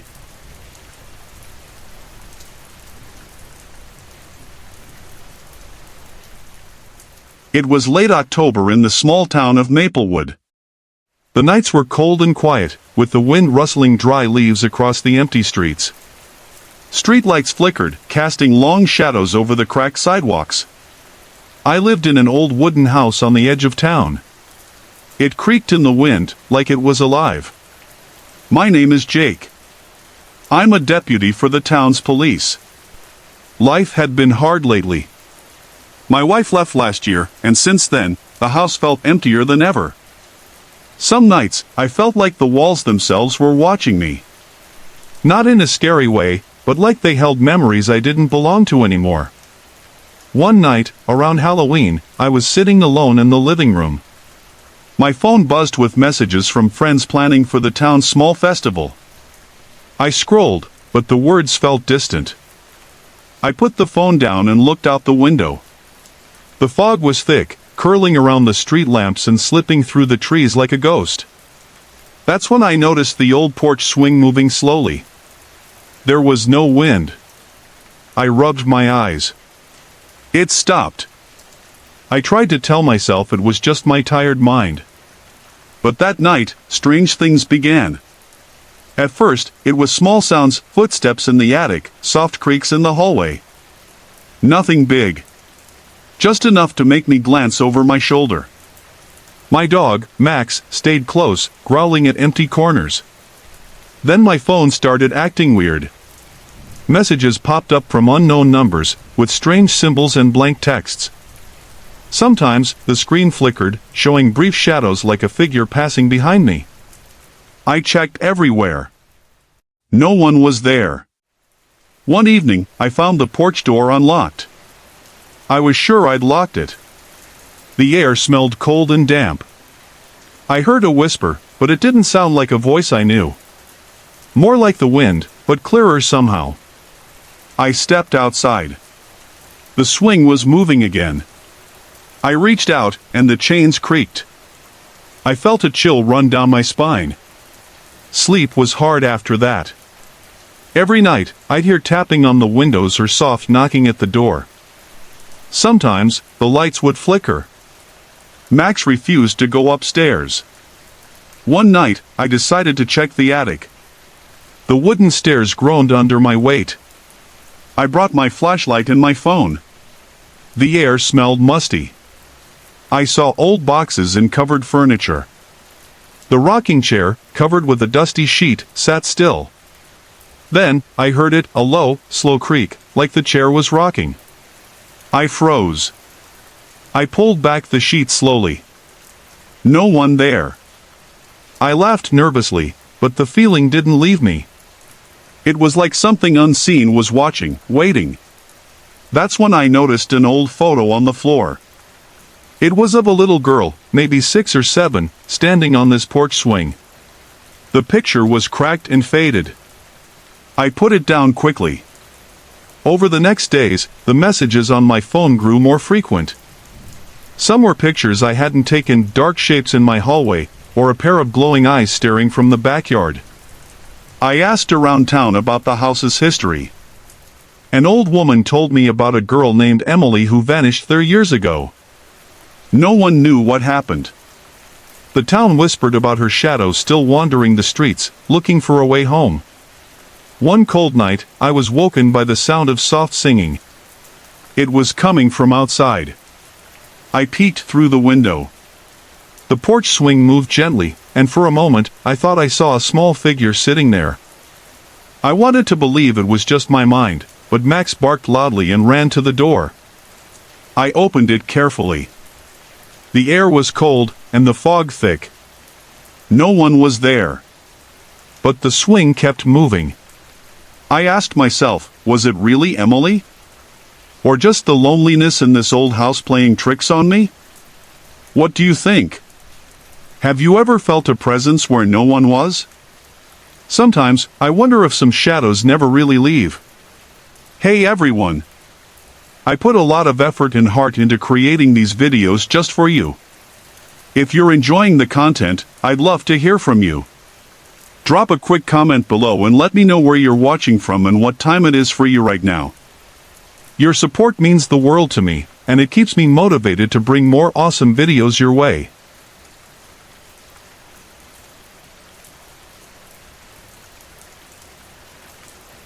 My name is Lauren, and I work as a librarian in a small town called Maple Grove, nestled deep in Vermont's rolling hills.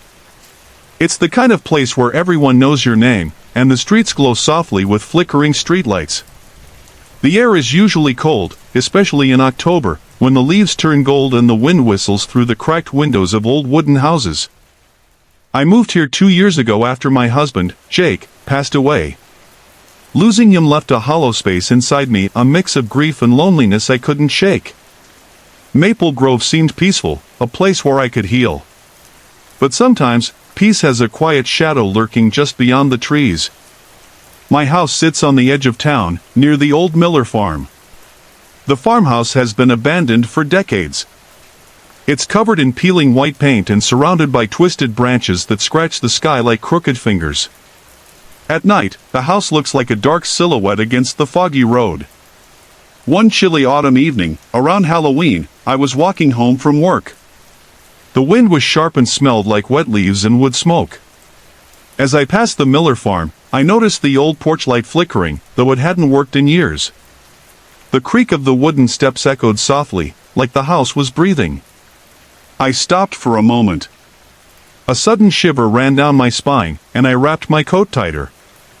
The street was empty, except for a faint sound, like soft whispers carried by the breeze. I couldn't tell where it came from, but it made my skin prickle.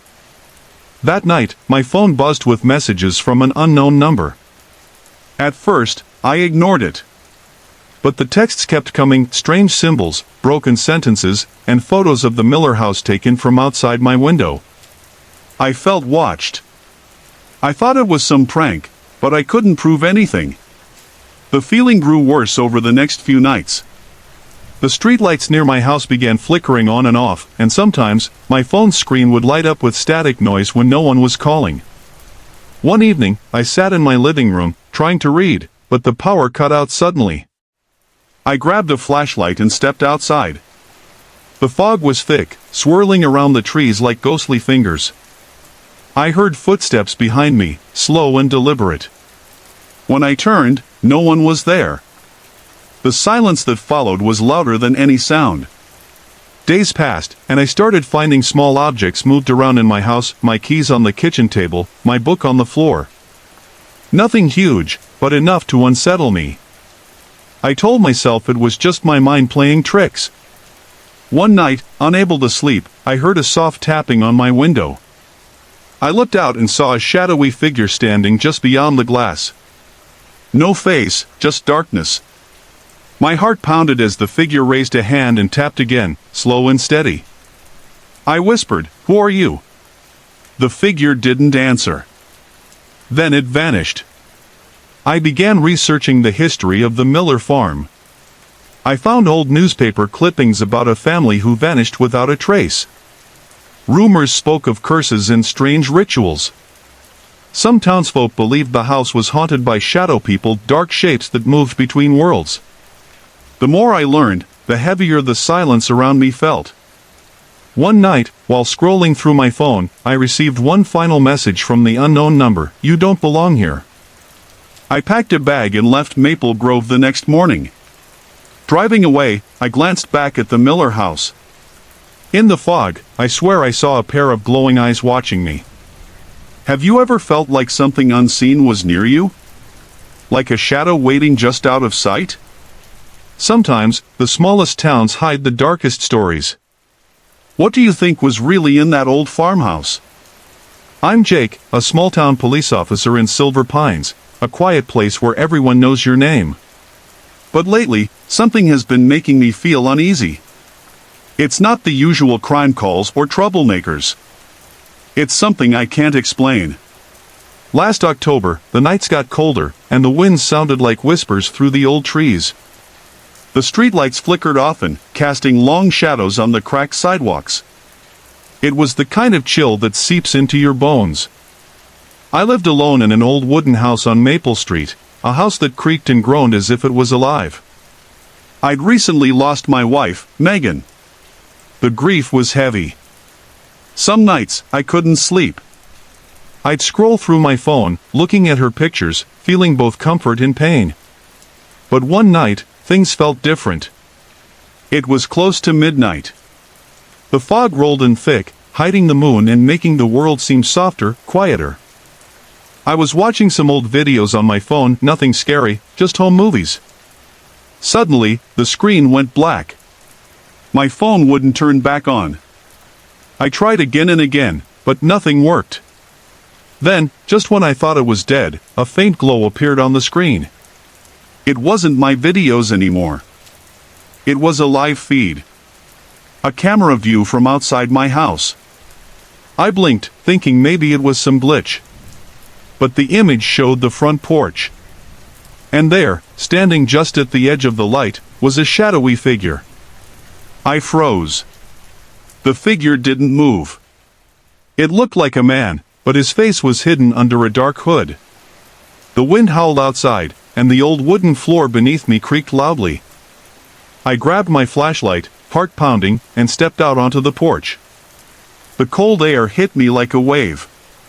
The smell of wet leaves and damp earth filled my nose. I shone the flashlight toward where the figure had been. Nothing.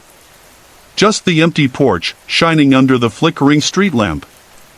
I thought maybe it was my mind playing tricks. I went back inside and tried to shake it off. But then my phone buzzed. A message popped up. It was from Megan's old number. I knew that number was disconnected months ago. The message read, "I'm here." My hands shook. I called out softly, "Megan," but the house swallowed my voice. The lights flickered again, and the TV turned on by itself, showing static. For days after, strange things happened. I'd hear footsteps in the hallway when no one was there. Objects moved on their own, a book on the table flipped open, a chair pushed back. My phone showed random messages from unknown numbers, sometimes just dots, sometimes words I couldn't understand. I wasn't sure if I was losing my mind or if something else was happening. One evening, I decided to ask my friend Chris, a tech expert. He came over and checked my phone. "It's not hacked," he said. "But someone's messing with your devices remotely. Whoever it is, they know you well." That scared me more. Then one night, while I was sitting on the porch trying to clear my head, I saw the figure again. This time, it stepped forward, and I caught a glimpse of its face, pale, almost translucent, eyes hollow and dark. I blinked, and it vanished. I asked myself, is this Megan? Or something else? I haven't told many people. I don't want to sound crazy. But sometimes, when the fog rolls in and the streetlights flicker, I feel like I'm not alone. Like there's someone watching. What do you think is out there in the shadows? Have you ever felt eyes on you when no one was there? Maybe some things don't want us to forget.